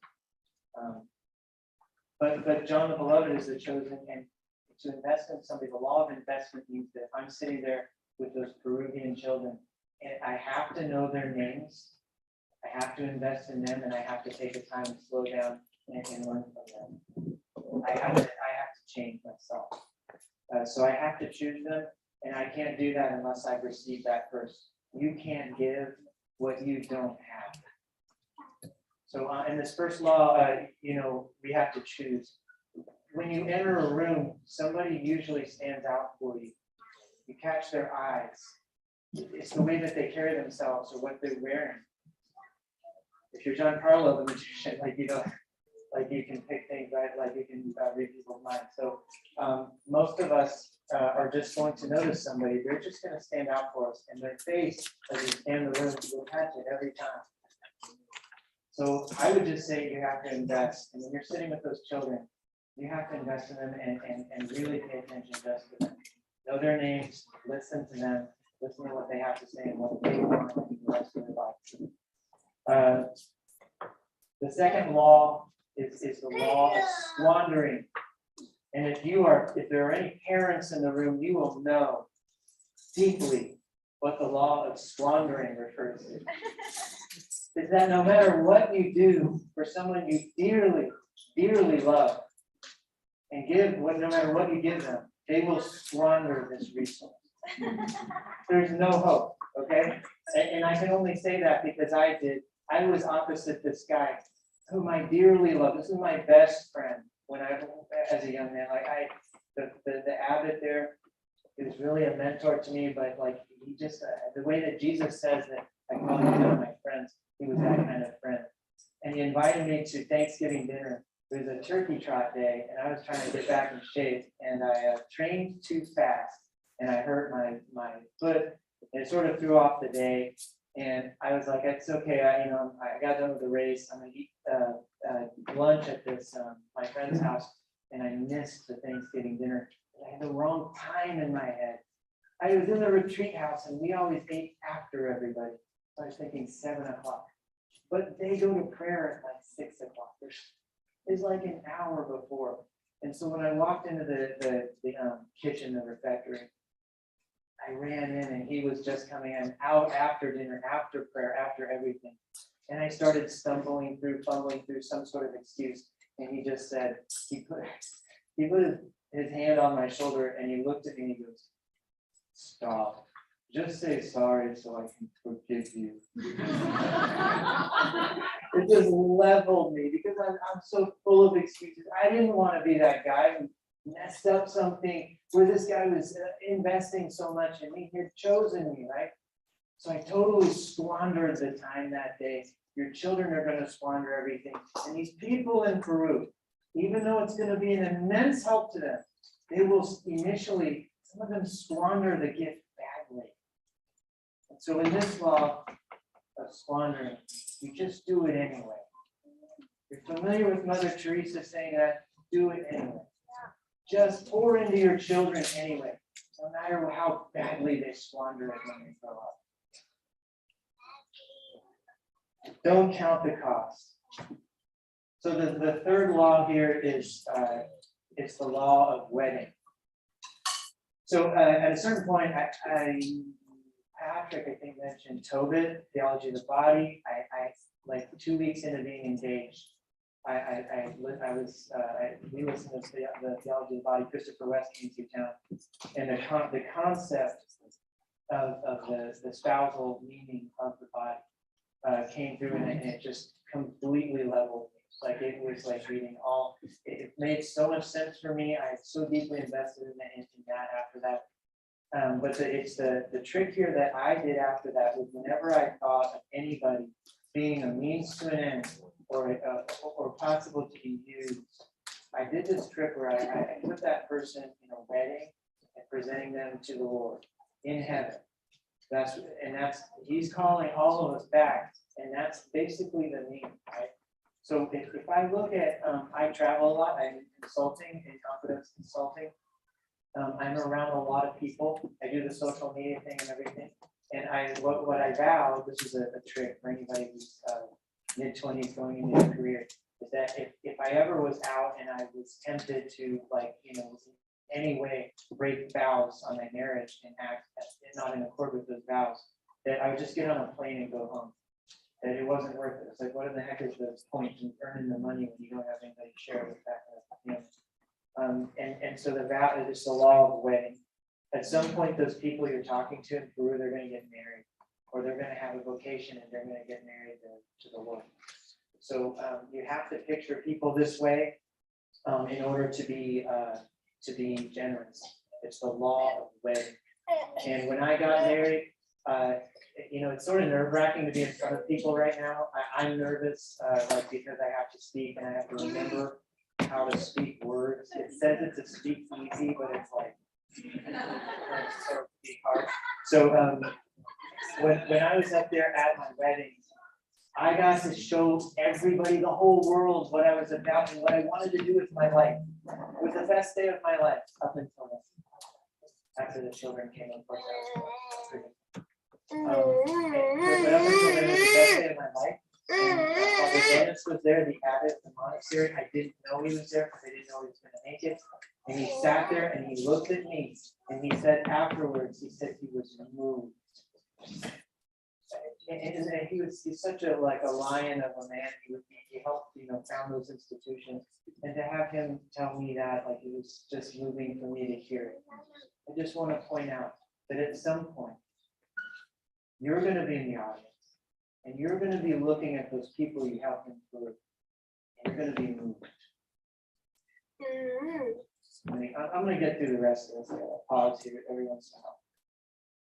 And the last thing about the law of wedding is that the passage about the woman at the well. At some point, you're going to help somebody, and that person's going to turn around and tell the entire town, this person told me everything I've ever done. Not Giancarlo. All right, so that's the law of wedding. And then the last one is called the law of surprise. And if you're going to help this person, if you're going to give advice to my childhood friends who are in Peru, who haven't lived their whole life yet, but they're getting into it, the law of surprise. And this is the best tip I can give you if you're young especially, but it also works for everybody else. And that is that you need to surprise God. You need to surprise him with your level best. If you're trying to figure out which career path you're going to take, if you're trying to figure out whether or not to get married or to go and pursue a vocation in the priestly life or the religious life, stop thinking that there's a right answer and a wrong answer. There isn't a right or a wrong. There's only your best surprise that you can level at God. And that's it. That's how you make decisions. That's how you determine your vocation and choose it. And that's how you stay married. That's how you grow a company. And that's how you grow a large nonprofit Montessori school. It's also how you grow an organization that delivers clean water and sanitation to the whole world. Is that you just surprise God to the point where you knock him over. And here's the other side of that law. He's not to be outdone with generosity. That's what our priest says at our wedding in the homily, that God is not to be outdone with generosity. Polly and I crept up on him, got engaged, arranged the entire wedding, and we tried to surprise him. And then he just walloped us with everything that was going to come after. Our 6 children, a Montessori school with 140 children, with 3 locations in Bergen. A big Oktoberfest celebration that draws over 1,000 people to my backyard. He totally surprised us. He surprised us with the children that we have, or not the children we were expecting or suspecting. Talk about a surprise. And the last bit about that law is that your generosity lives forever. And here's the best part about it. If you were to die tomorrow, and I don't want any of you guys to die tomorrow, but if you were to die tomorrow, your generosity now and every single day of your life, sometimes when you spend money, the money's gone and you usually have something in exchange. an experience or an asset. That's very business-like, but in this case, when you're generous, it never goes away. The world is forever changed.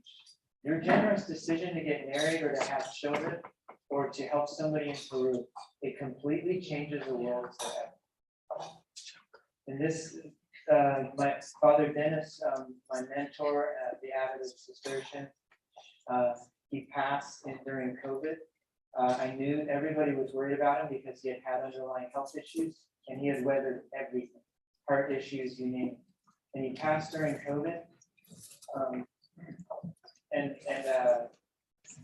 The surprise, he had given a homily that says that the main burden of the whole homily was that our God is a God of surprises, and it was on the assumption of marriage into heaven. And she didn't know she was going to expect. She just said yes. Over and over again, she said yes. So on this law, I would just encourage you on the law of surprise, just say yes. And be surprised when you get there. All right, so last thing. Guys, this is the moment to be generous. That's my exhortation. That's my invitation. If I knew every single one of you, I would sit down with you personally and I would deeply invest. But that's not how it works. You guys have to do that with one another. I will do it with probably just a few people in my life. You're going to do it the same way. The way that God set it up when he came into the world was that he made certain that the next time you heard about him was from somebody else. He made certain of that. The disciples were really confused on this point, that the next message and all of the message was going to come out through them. So I would like to exhort you to be generous this evening and be generous in your lives. I can't wait to see what you guys do, and I hope it's a huge, huge, huge surprise. So to wrap up, this is an ad hoc thing. It's something that we do in the Catechesis of the Good Shepherd, the atrium at our Montessori school. I am going to not represent this lesson very well because the ladies do it, the catechists do it so much better in our school. But there's this, we've been talking about water all evening, and that's been on my mind for 5 weeks since I heard of this organization. We do this exercise with the children who are only 3 years old and younger, in the 3 years old to 6. And the idea is that it's the part of the Mass, the Catholic Mass, where there's water that's dropped into wine. This whole time that we've been thinking about water, the immensity of God is that of all of these conversations, what we're dropping in is only our contribution into that immense well of divine presence. The children in this exercise have never heard this exercise before, and they are asked questions like, what do you think the wine is? And what do you think the water is? And at 3 years old, this child is able to identify that the wine is God and that the water is us. And at 3 years old, they're able to identify how big is the wine. It's really big. How big are we in comparison to the wine? But just a little bit. The last question is, what happens to the water after it's dropped into the wine? And at 3 years old, that child is capable of knowing for sure that you can never take the water out of the wine. You can't ever disintermingle. Okay? I'm positive that's not it. So that is not my presentation. It's so beautiful. My children know that. My children know that. And they're not going to grow up in a spot that I grew up. And I want that for all of those children in Peru. And I want that for you guys, for your kiddos, and for everybody, at the Vera Aqua organization. Thank you guys so much for this. I have enjoyed preparing for it. I really enjoyed, looking out at the sea of people gathered here, and I hope you guys are super generous for the rest of the evening and the rest of your lives. Thank you.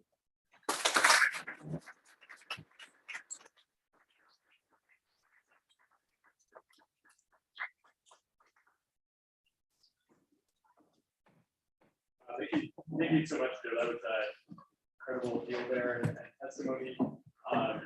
Very moving. We're gonna now, we just, speaking of generosity, please, I want to remind everyone, the way you can be generous this evening to respond to that call, that invitation, is to go online. And there's some ways that you can, what I really want to encourage you right now, because this is so time oriented, so urgent, is to go ahead and check out the silent auction items, because we're in our last 30 minutes for the auction being open. So please go ahead and check those out now. You have 30 minutes for that. I'm going to bring up Jacob now. He's going to come and introduce to us our, he's going to present an award for the Volunteer of the Year. Is Jacob around here? Jacob, let's give it up for Jacob.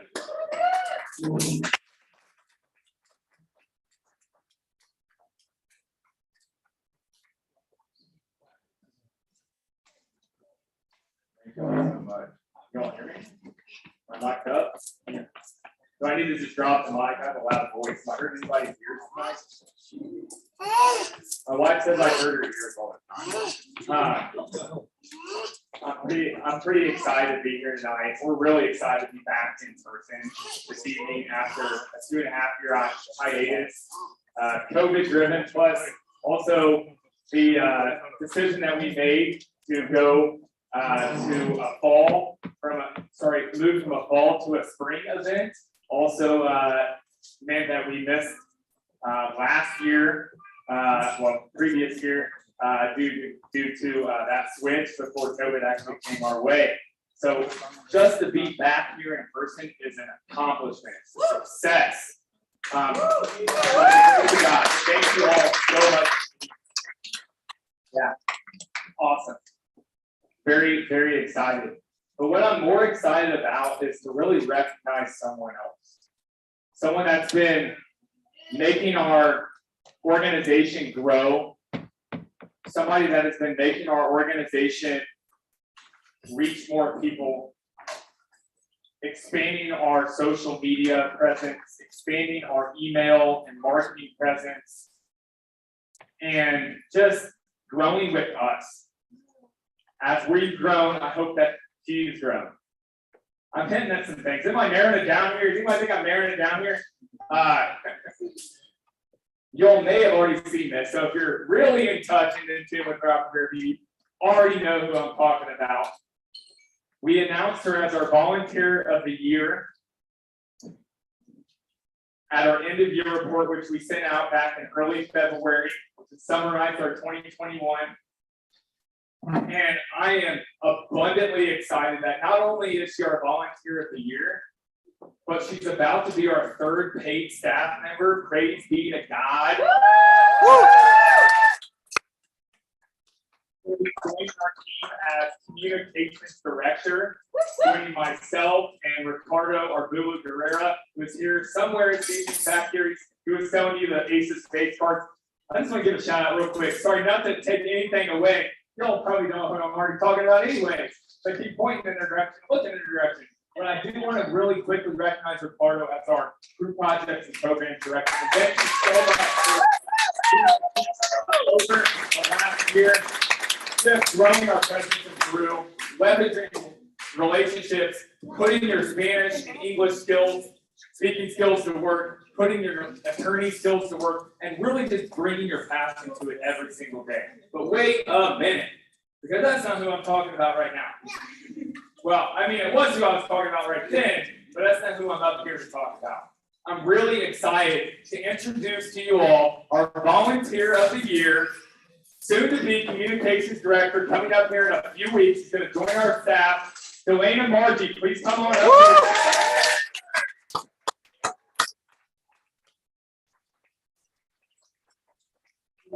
Words there, and then we're going to award her her prize.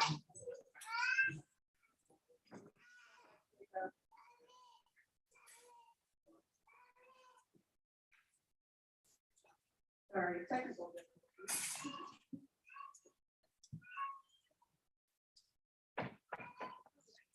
Thank you so much. Ever since I met Jacob at the University of Dallas fall 2022 job fair, my eyes were open to the immediate and impressive water crisis presented to rural communities and so many people really throughout the world. Fatal and chronic diseases plaguing rural communities, children sick in school so they can walk miles to get water, and missing opportunities of upward mobility for themselves and their families, and one child dying every 2 minutes to those harsh conditions. That very first exposure ignited a fire in my soul. I truly felt like God had called me to place my talents into that mission. And ever since then, I've been volunteering my skills and talents to help spread VAVV's mission, especially as the communications intern and the founder of the University of Dallas VAVV Club.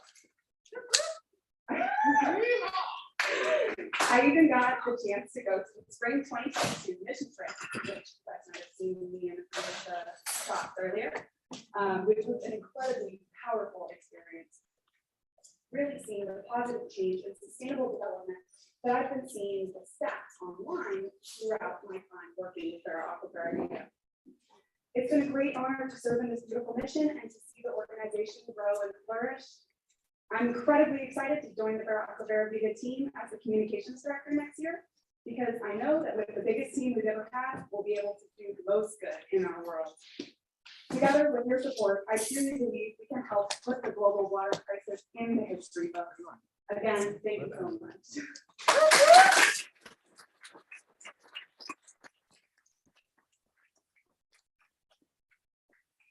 Thank you so much. And We forgot something. You want to come back up here, please?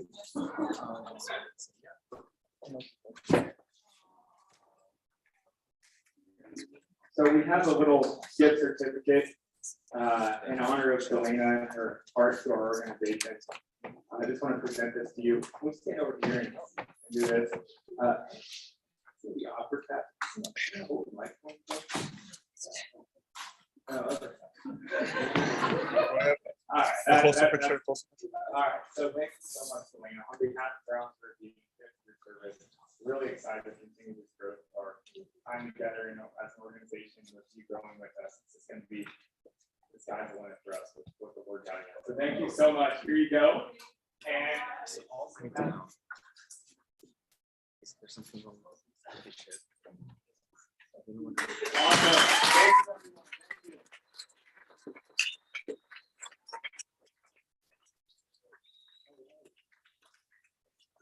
Okay, guys, we're on our final stretch here. I did get some word that we might be able to keep our auction open just a few extra minutes, but please don't waste any time. A quick update on our numbers right now. Before I do that, let's go back to our last key word. No, I'm gonna give you an update. So we are at $15,000. So we are over 50%. $15,000, $44. So if we can just kind of keep going up there, we are not at dunking levels yet. But go online quickly, and we think we can get there. Please be generous. Let me give you the last key code word, which is thirst. Thirst. So yeah, does anyone have all that? Okay, let's go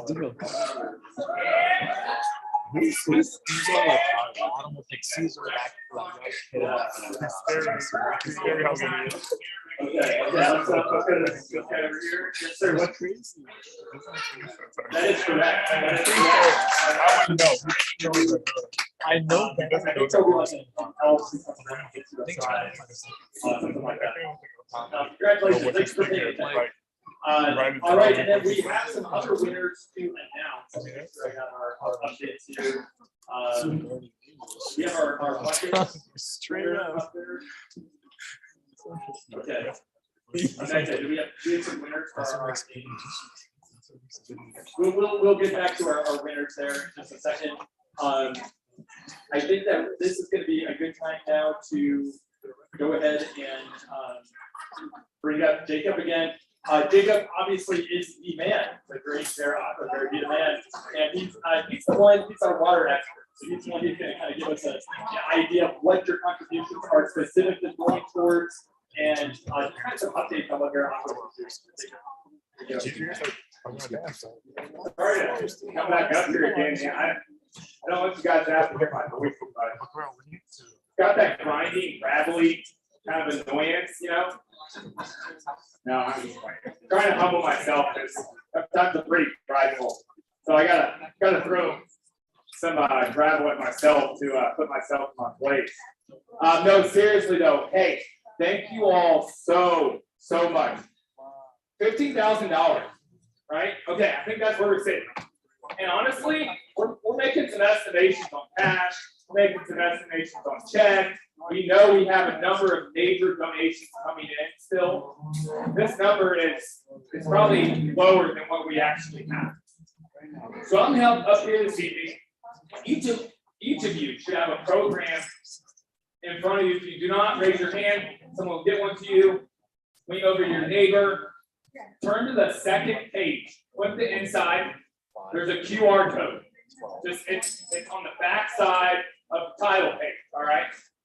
Scan that QR code, or if you've really been staying in tune with us, take one of your little promo cards that was given to you hopefully at the check-in table. Scan that. That will take you to a landing page. A landing page. For one, yes, you can see what we've been up to. You can see our work. You can see our impact. All right, visit that page. And while you're doing that, I want to share with you a couple of updates. By the way, my watch is loving me tonight. Steps, activity. I don't walk this much at home, all right? I mean, I chase my son Luke around a lot. My daughter Maria is not walking yet, but I have to carry her a lot. I get something, nothing like I'm getting tonight. So this is really cool. Praise be to God. Derailed. Here's the thing. I want to share with you the impact of your gift tonight. For every $50 we raise, you've been seeing on the PowerPoint. Patrick's mentioned it. Every $50 we raise, on average, because every community, every project is different. But every $50 we raise, we can give clean water to one person for generations to come. Hey, can I hear the applause back? $50. One person. They don't have to worry about their clean water anymore. They're you. They are you. You don't have to worry about it. But right now, unless we do something to help them, they do. Every 90 seconds, a child is dying of a waterborne illness somewhere in the world under the age of 5. This is a life condition. I'm sorry I'm getting emotional. That's a life issue. We need to do something about it. But we don't want to just give them clean water that lasts for 2 years, 5 years, even 10 years. We want to give them clean water that lasts their lifetime and their children's lifetime and their children's lifetime. And you know what? Every $50 you give, you can do that. Generation over generation over generation. So our mission is sustainable. It's lasting. We focus on empowerment, inclusion, impact, leading to longevity. So, why am I telling you all this? I'm telling you all this because you can do something about that tonight. You've had a great evening. There's been many ways you've been able to support us this evening. Our silent auction, still going on. By the way, we're actually extending it another half an hour. It's going until 9:30. All right? So get in there after this main program is over. There's a wine and whiskey pool. Hey, they're going to be coming around. We got Joe over here waving his hands. He's selling bottles. $40 a bottle for a liquor, $20 a bottle for wine. That is 100% impact of our Fairview. All of that was donated. Thanks to our generous supporters. You're going to hear about before the evening closes. Okay. I just want you to know, silent auction, wine and whiskey, gold raffle ticket, unfortunately, that's closed. But if you bought one, thank you so much. That's impacting. General raffle ticket, that's impacting. Ace of Spades game, that's impacting. But you know what the real impact is? Not just for us, not just for the people that we're serving, not just for the need and the impact of the global water crisis, but for you. When you give, you unlock generosity in your heart. You build up treasure in the kingdom of heaven. Hey, give somewhere. That's my first challenge. Give somewhere. Give to anything that has an impact. Feel what you are called to give to and give to it. But hey, if it's us, oh, let's do this. Seriously, if you feel called to give to us tonight, I can promise you, you are building up treasure in the kingdom of heaven. Because when you give $50, you save a life. When you give $250, you save 5 lives. When you give $5,000, who can do math in here? I mean, I can do that. I want to help. I want to get an interaction. How many lives are saved when we give $5,000? 100 people. How much have we raised tonight so far? Approximately, right? I give you, I think it's low, but how much? Who was listening? 15,000? How much clean water have we been able to give to people? 300 people have, no, not just then, right? Oh, 300 multiplied generation over generation. So, give tonight and unlock generosity in your heart. Build up treasure in the kingdom of heaven. Because that's what it's about. When you give, that's like giving up your dinner. That's like taking your wife. Love my wife, love my children. I love being a father. I love being a husband. It's hard. But we spend $50 like easy going out to the restaurant. Easy. Imagine if we were doing a little bit of sacrifice. Hey, honey, like tonight, like I know like we had a hard day at work. Like my wife works full time, I'm working full time. Praise be to God for my wife. She's like, she's a sugar mama. Like I mean, goodness gracious. Like I'm not bringing in enough to support our family by myself. Okay. Praise be to God for my wife. But look, if I tell my wife, hey, look, honey, I want to eat in tonight because you need to do something. We got to stop eating out. Just doing that one time, we're saving at least $50. Easy, at least $50. And we eat in a lot, so I'm making it sound like we eat out all the time. Not true in the slightest. But what if we made that decision? What if you made that decision tonight? What if you made that decision to say, my next meal with my husband, my wife, my girlfriend, my buddies, my girlfriends, we're gonna eat it in. We're not gonna go out. I'm gonna cook. You just save $50. You know what? When you do that, you can give that $50 to us, and we can save someone's life. You gave up a meal, you gave a life. So, what are we up to?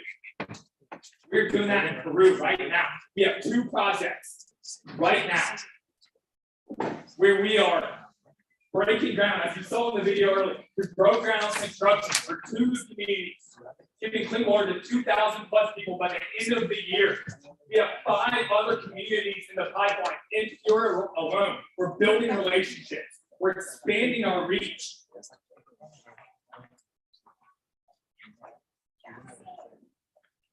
We're going to save 2,000 plus lives this year. How much money do we need to raise to do that? What's 2,000 times 50? On average. 100,000. Think about that.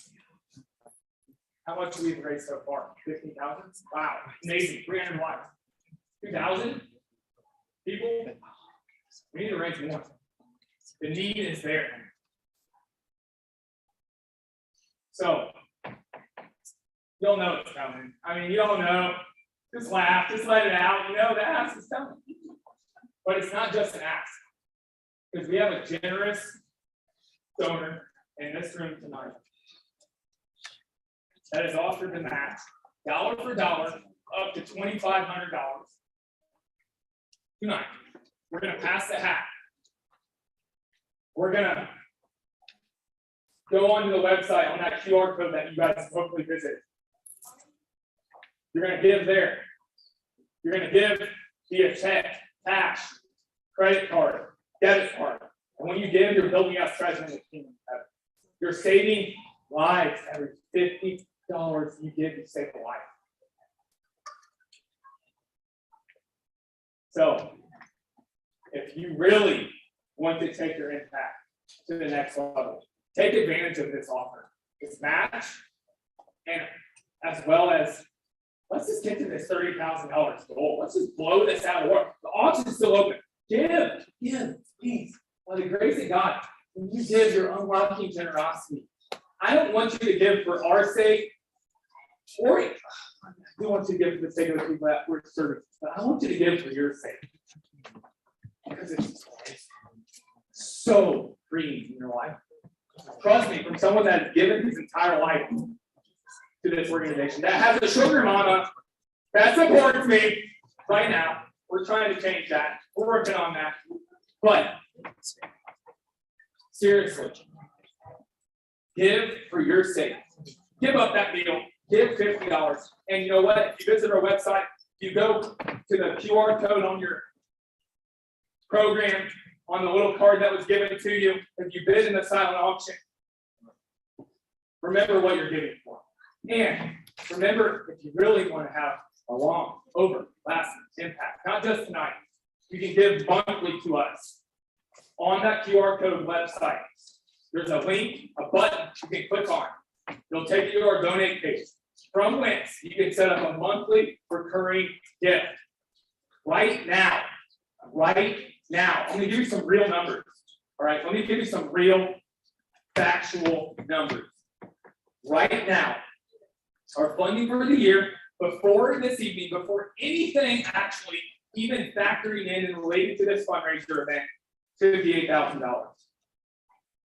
What is our public fundraising goal this year? Why I say public is that we have some security for some significant amount of funding from the pure regional government that we're not factoring in here. But our public fundraising goal is $281,000. That might seem like a reach. You know what that's going to allow us to do? That's going to allow us to bring clean water to 5 more communities in the next few years after this year. That's going to allow us to bring clean water to the entirety of the 2 communities that we're already serving and 5 more. We're talking about 7 to 10,000 people based on the estimates that we've been given of the populations to these communities. Right now, we have 118 people. Sorry, I have dyslexia. It's not dyslexia, I just can't read. 116 people at $50 a month equivalent giving to us monthly. That's awesome. And this is a modest goal that we have here. We want to get to 131 people giving at $50 a month. That's clean water for 1 person. By the end of the year, that's only, what is that? You can do that, 15 people more at $50 a month. I think we could do that tonight. Let's blow this out of the water. And I'm pun intended. So you have many ways to give tonight. We're gonna pass the hat. It's hopefully going around right now.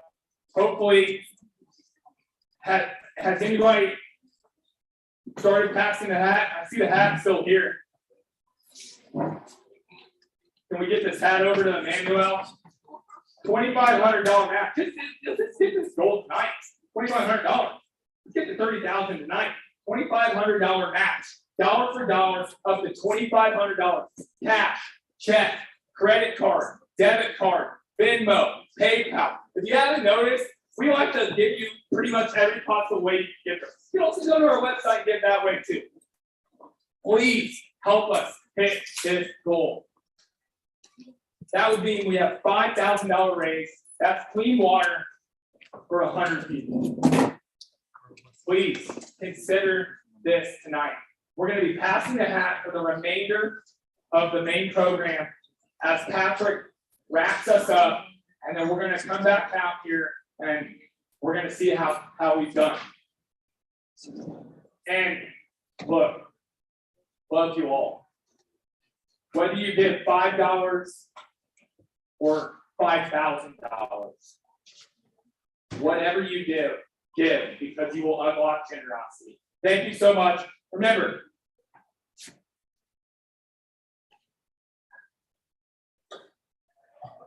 Remember why we do this.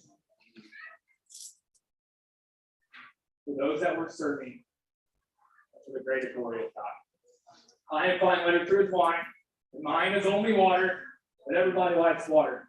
Thank you, Mark Twain, for giving me that quote to share, close out my talk. Thank you all so much.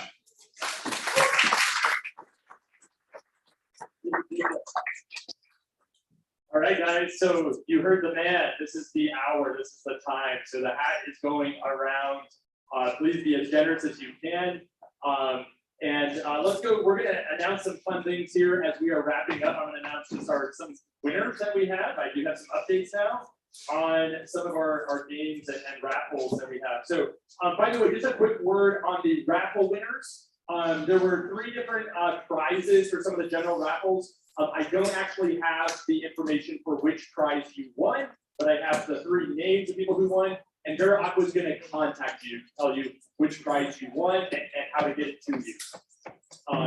There is, do they need to pick up the wine prize here though tonight? Yeah, okay, so we'll let you know if you got the wine prize.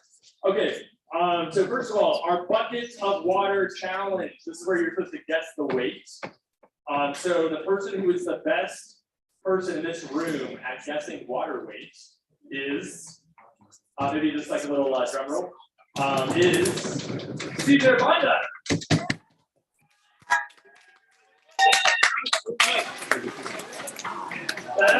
There's the man. There's the man. Good job, sir. You are a great guesser of water weight. 32. It was actually 32. All right. Yeah, very good. Very good. You were the closest. Thank you. Okay. Great. So here's some of our general raffle winners. Remember, we have 3 general, these are called the general raffle winners. These are the raffle tickets online. So drum roll for our first one. We have Mike Grossman. Mike Grossman. Is Mike here? Mike? Hey, that's my godfather. You must have won online. Hey, did you know that you could also win online? Okay, that's one of our couch surfers. Okay, let's go to our next one here. Sorry, I gotta figure out how to look at this. Our next drum roll. Second winner is Caitlin Bender. All right, Caitlin is back there. Congratulations. Again, we'll be contacting you which prize you got. And then our last general raffle winner, drum roll, is Stan Schweiderman. Stan, thank you. Congratulations. Okay, and then the big raffle winner. This is our golden raffle ticket. This was a huge prize, I think, like gold. And you're gonna go on this big vacation. So raise your hand if you bought a golden ticket. Anyone buy a golden ticket? Okay, so there's some hopeful people in the room. Let's give a drum roll for our golden raffle winner. It goes to Caesar Carrasco Franco. Here. Nope. But he can still win because it's all Oh online. man, she's talking about couches. Okay. All right, guys. So again, right now I'm seeing our status just over $15,000, but I think that's going to change quite a bit in just a little bit. The hat is going around, so please remember that. Okay, this is just kind of the time we're going to have some live music and dancing that's going to happen in just a couple of minutes. I just want to give a last shout out to the people that made this event possible tonight. Like, let's not forget those people. So the first shout out we want to do is to Herman Marshall Distillery. Thank you guys so much for your support. We have a lot of sponsors tonight. There's different sponsorship levels that you can contribute towards for that were available for this specific event. So I'd like to thank our Charleston sponsor level, that's $2,500. That's Absolute Equine and fully promoted Carrollton by Carrollton. Thank you. Tonight, that's $1,250. Goes to Aqueducts Consulting and Informational Data Technology. Thank you guys. And then our swing dance level, our basic parking at $750. Goes to Plumber, to Westfall Engineering, and to Unified Building Sciences and Engineering. Incorporated. Our people sponsors go to the Ted family and to the Margie Brennan family. families. Okay, tonight's food, if you enjoyed your dinner tonight, you can thank Maggiano's Little Italy, Olive Garden, and Nothing Bundt Cakes. Let's get a hand up for them. And our drink this evening by Ben E. Keith, given by Ben E. Keith. Thank you so much, guys. And then, of course, we have several entertainers this evening. So we had our beginning cocktail hour performer, Emily Miles, and we have, of course, Giancarlo Bernini. And then we also, of course, will have tonight our performing band is going to be the Dave Washburn Jazz Band. So let's give that for all of them. And then finally, just to all of the Vera Aqua's other benefactors, sponsors, volunteers, of course, to Jacob. I'd like to also, Mecca has done a huge amount of work this evening.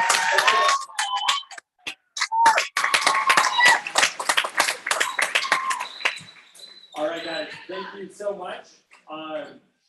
And we're going to close our auction at 9:30. So that's the official, you got 30 more minutes.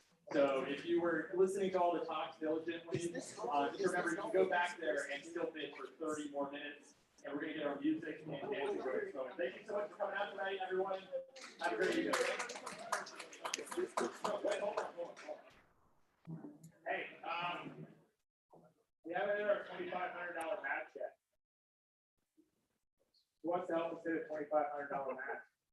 It's more than 100 people for generations to come. Anybody? Raise your hand. Somebody will come visit with you. Somebody will come visit with you. We got one right here. We got one right here. Anybody else? We got one right here. 3 people. We got 3 people that want to help us hit our match. How many people are here in this room tonight? Anybody have any idea? I know. Roughly. Anybody got a guess?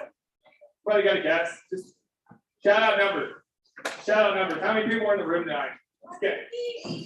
80, 113. Wow, that's pretty big. 30. All right. What else? What else? What else? How many other guesses? 299. Oh, I think you need to work on your count, buddy. How many?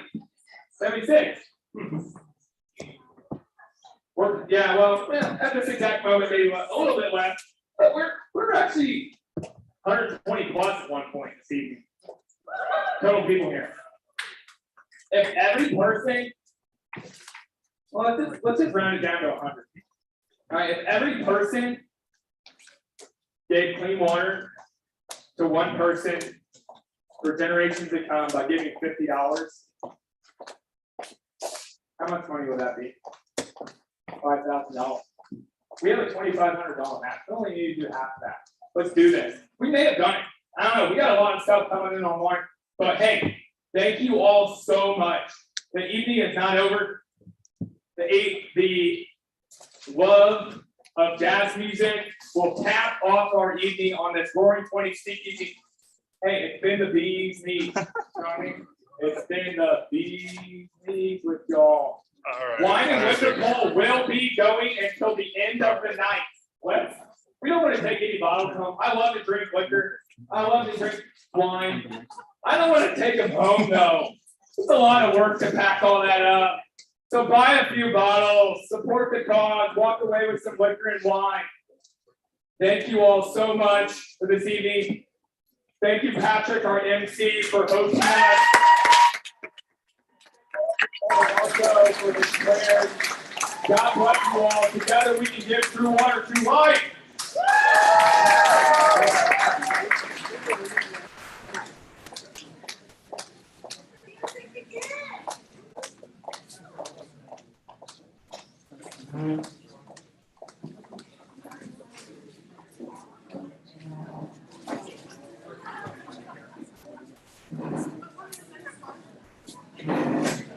Well done. That's right. We're so good. Thank you about it. Well done. Sorry for the raising of voice.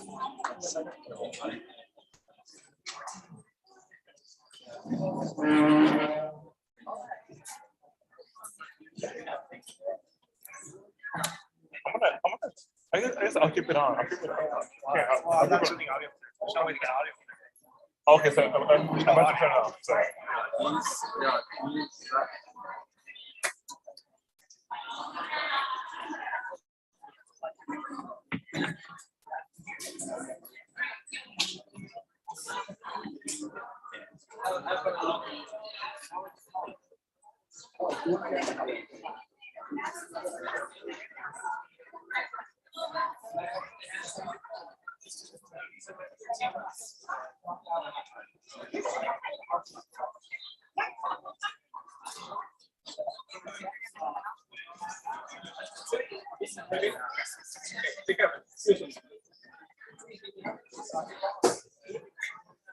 Oh my God.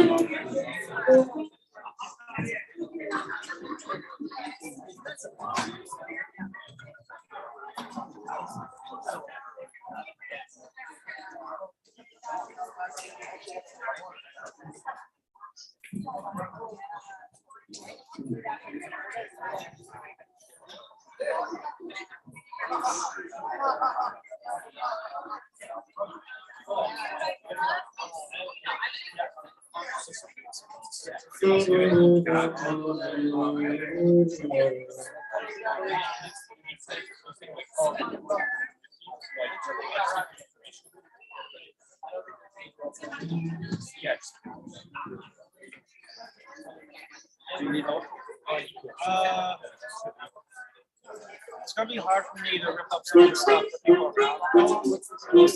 Right now, yeah, but I don't want to be like beating up on people walking around. So I'm like, I'm back to this.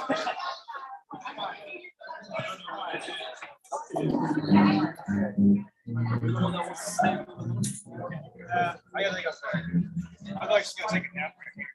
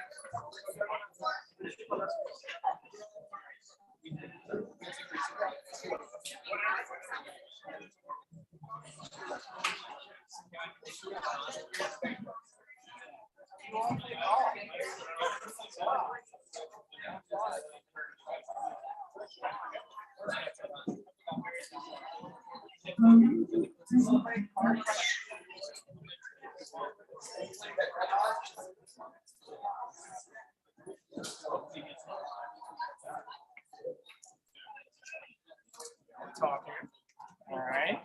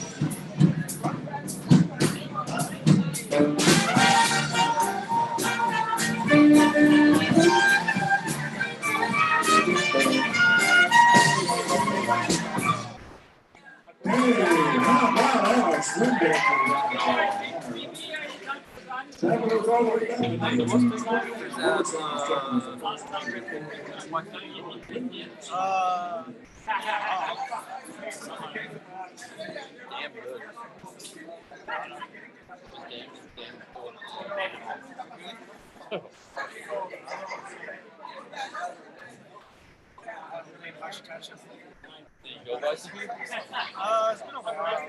No, the natural. No, I didn't go to the conference. Oh, you didn't go? I was just wedding. Oh, okay. Yeah, that's what I'm saying. No. But yeah. Huh? I know, that's what I'm saying. Damn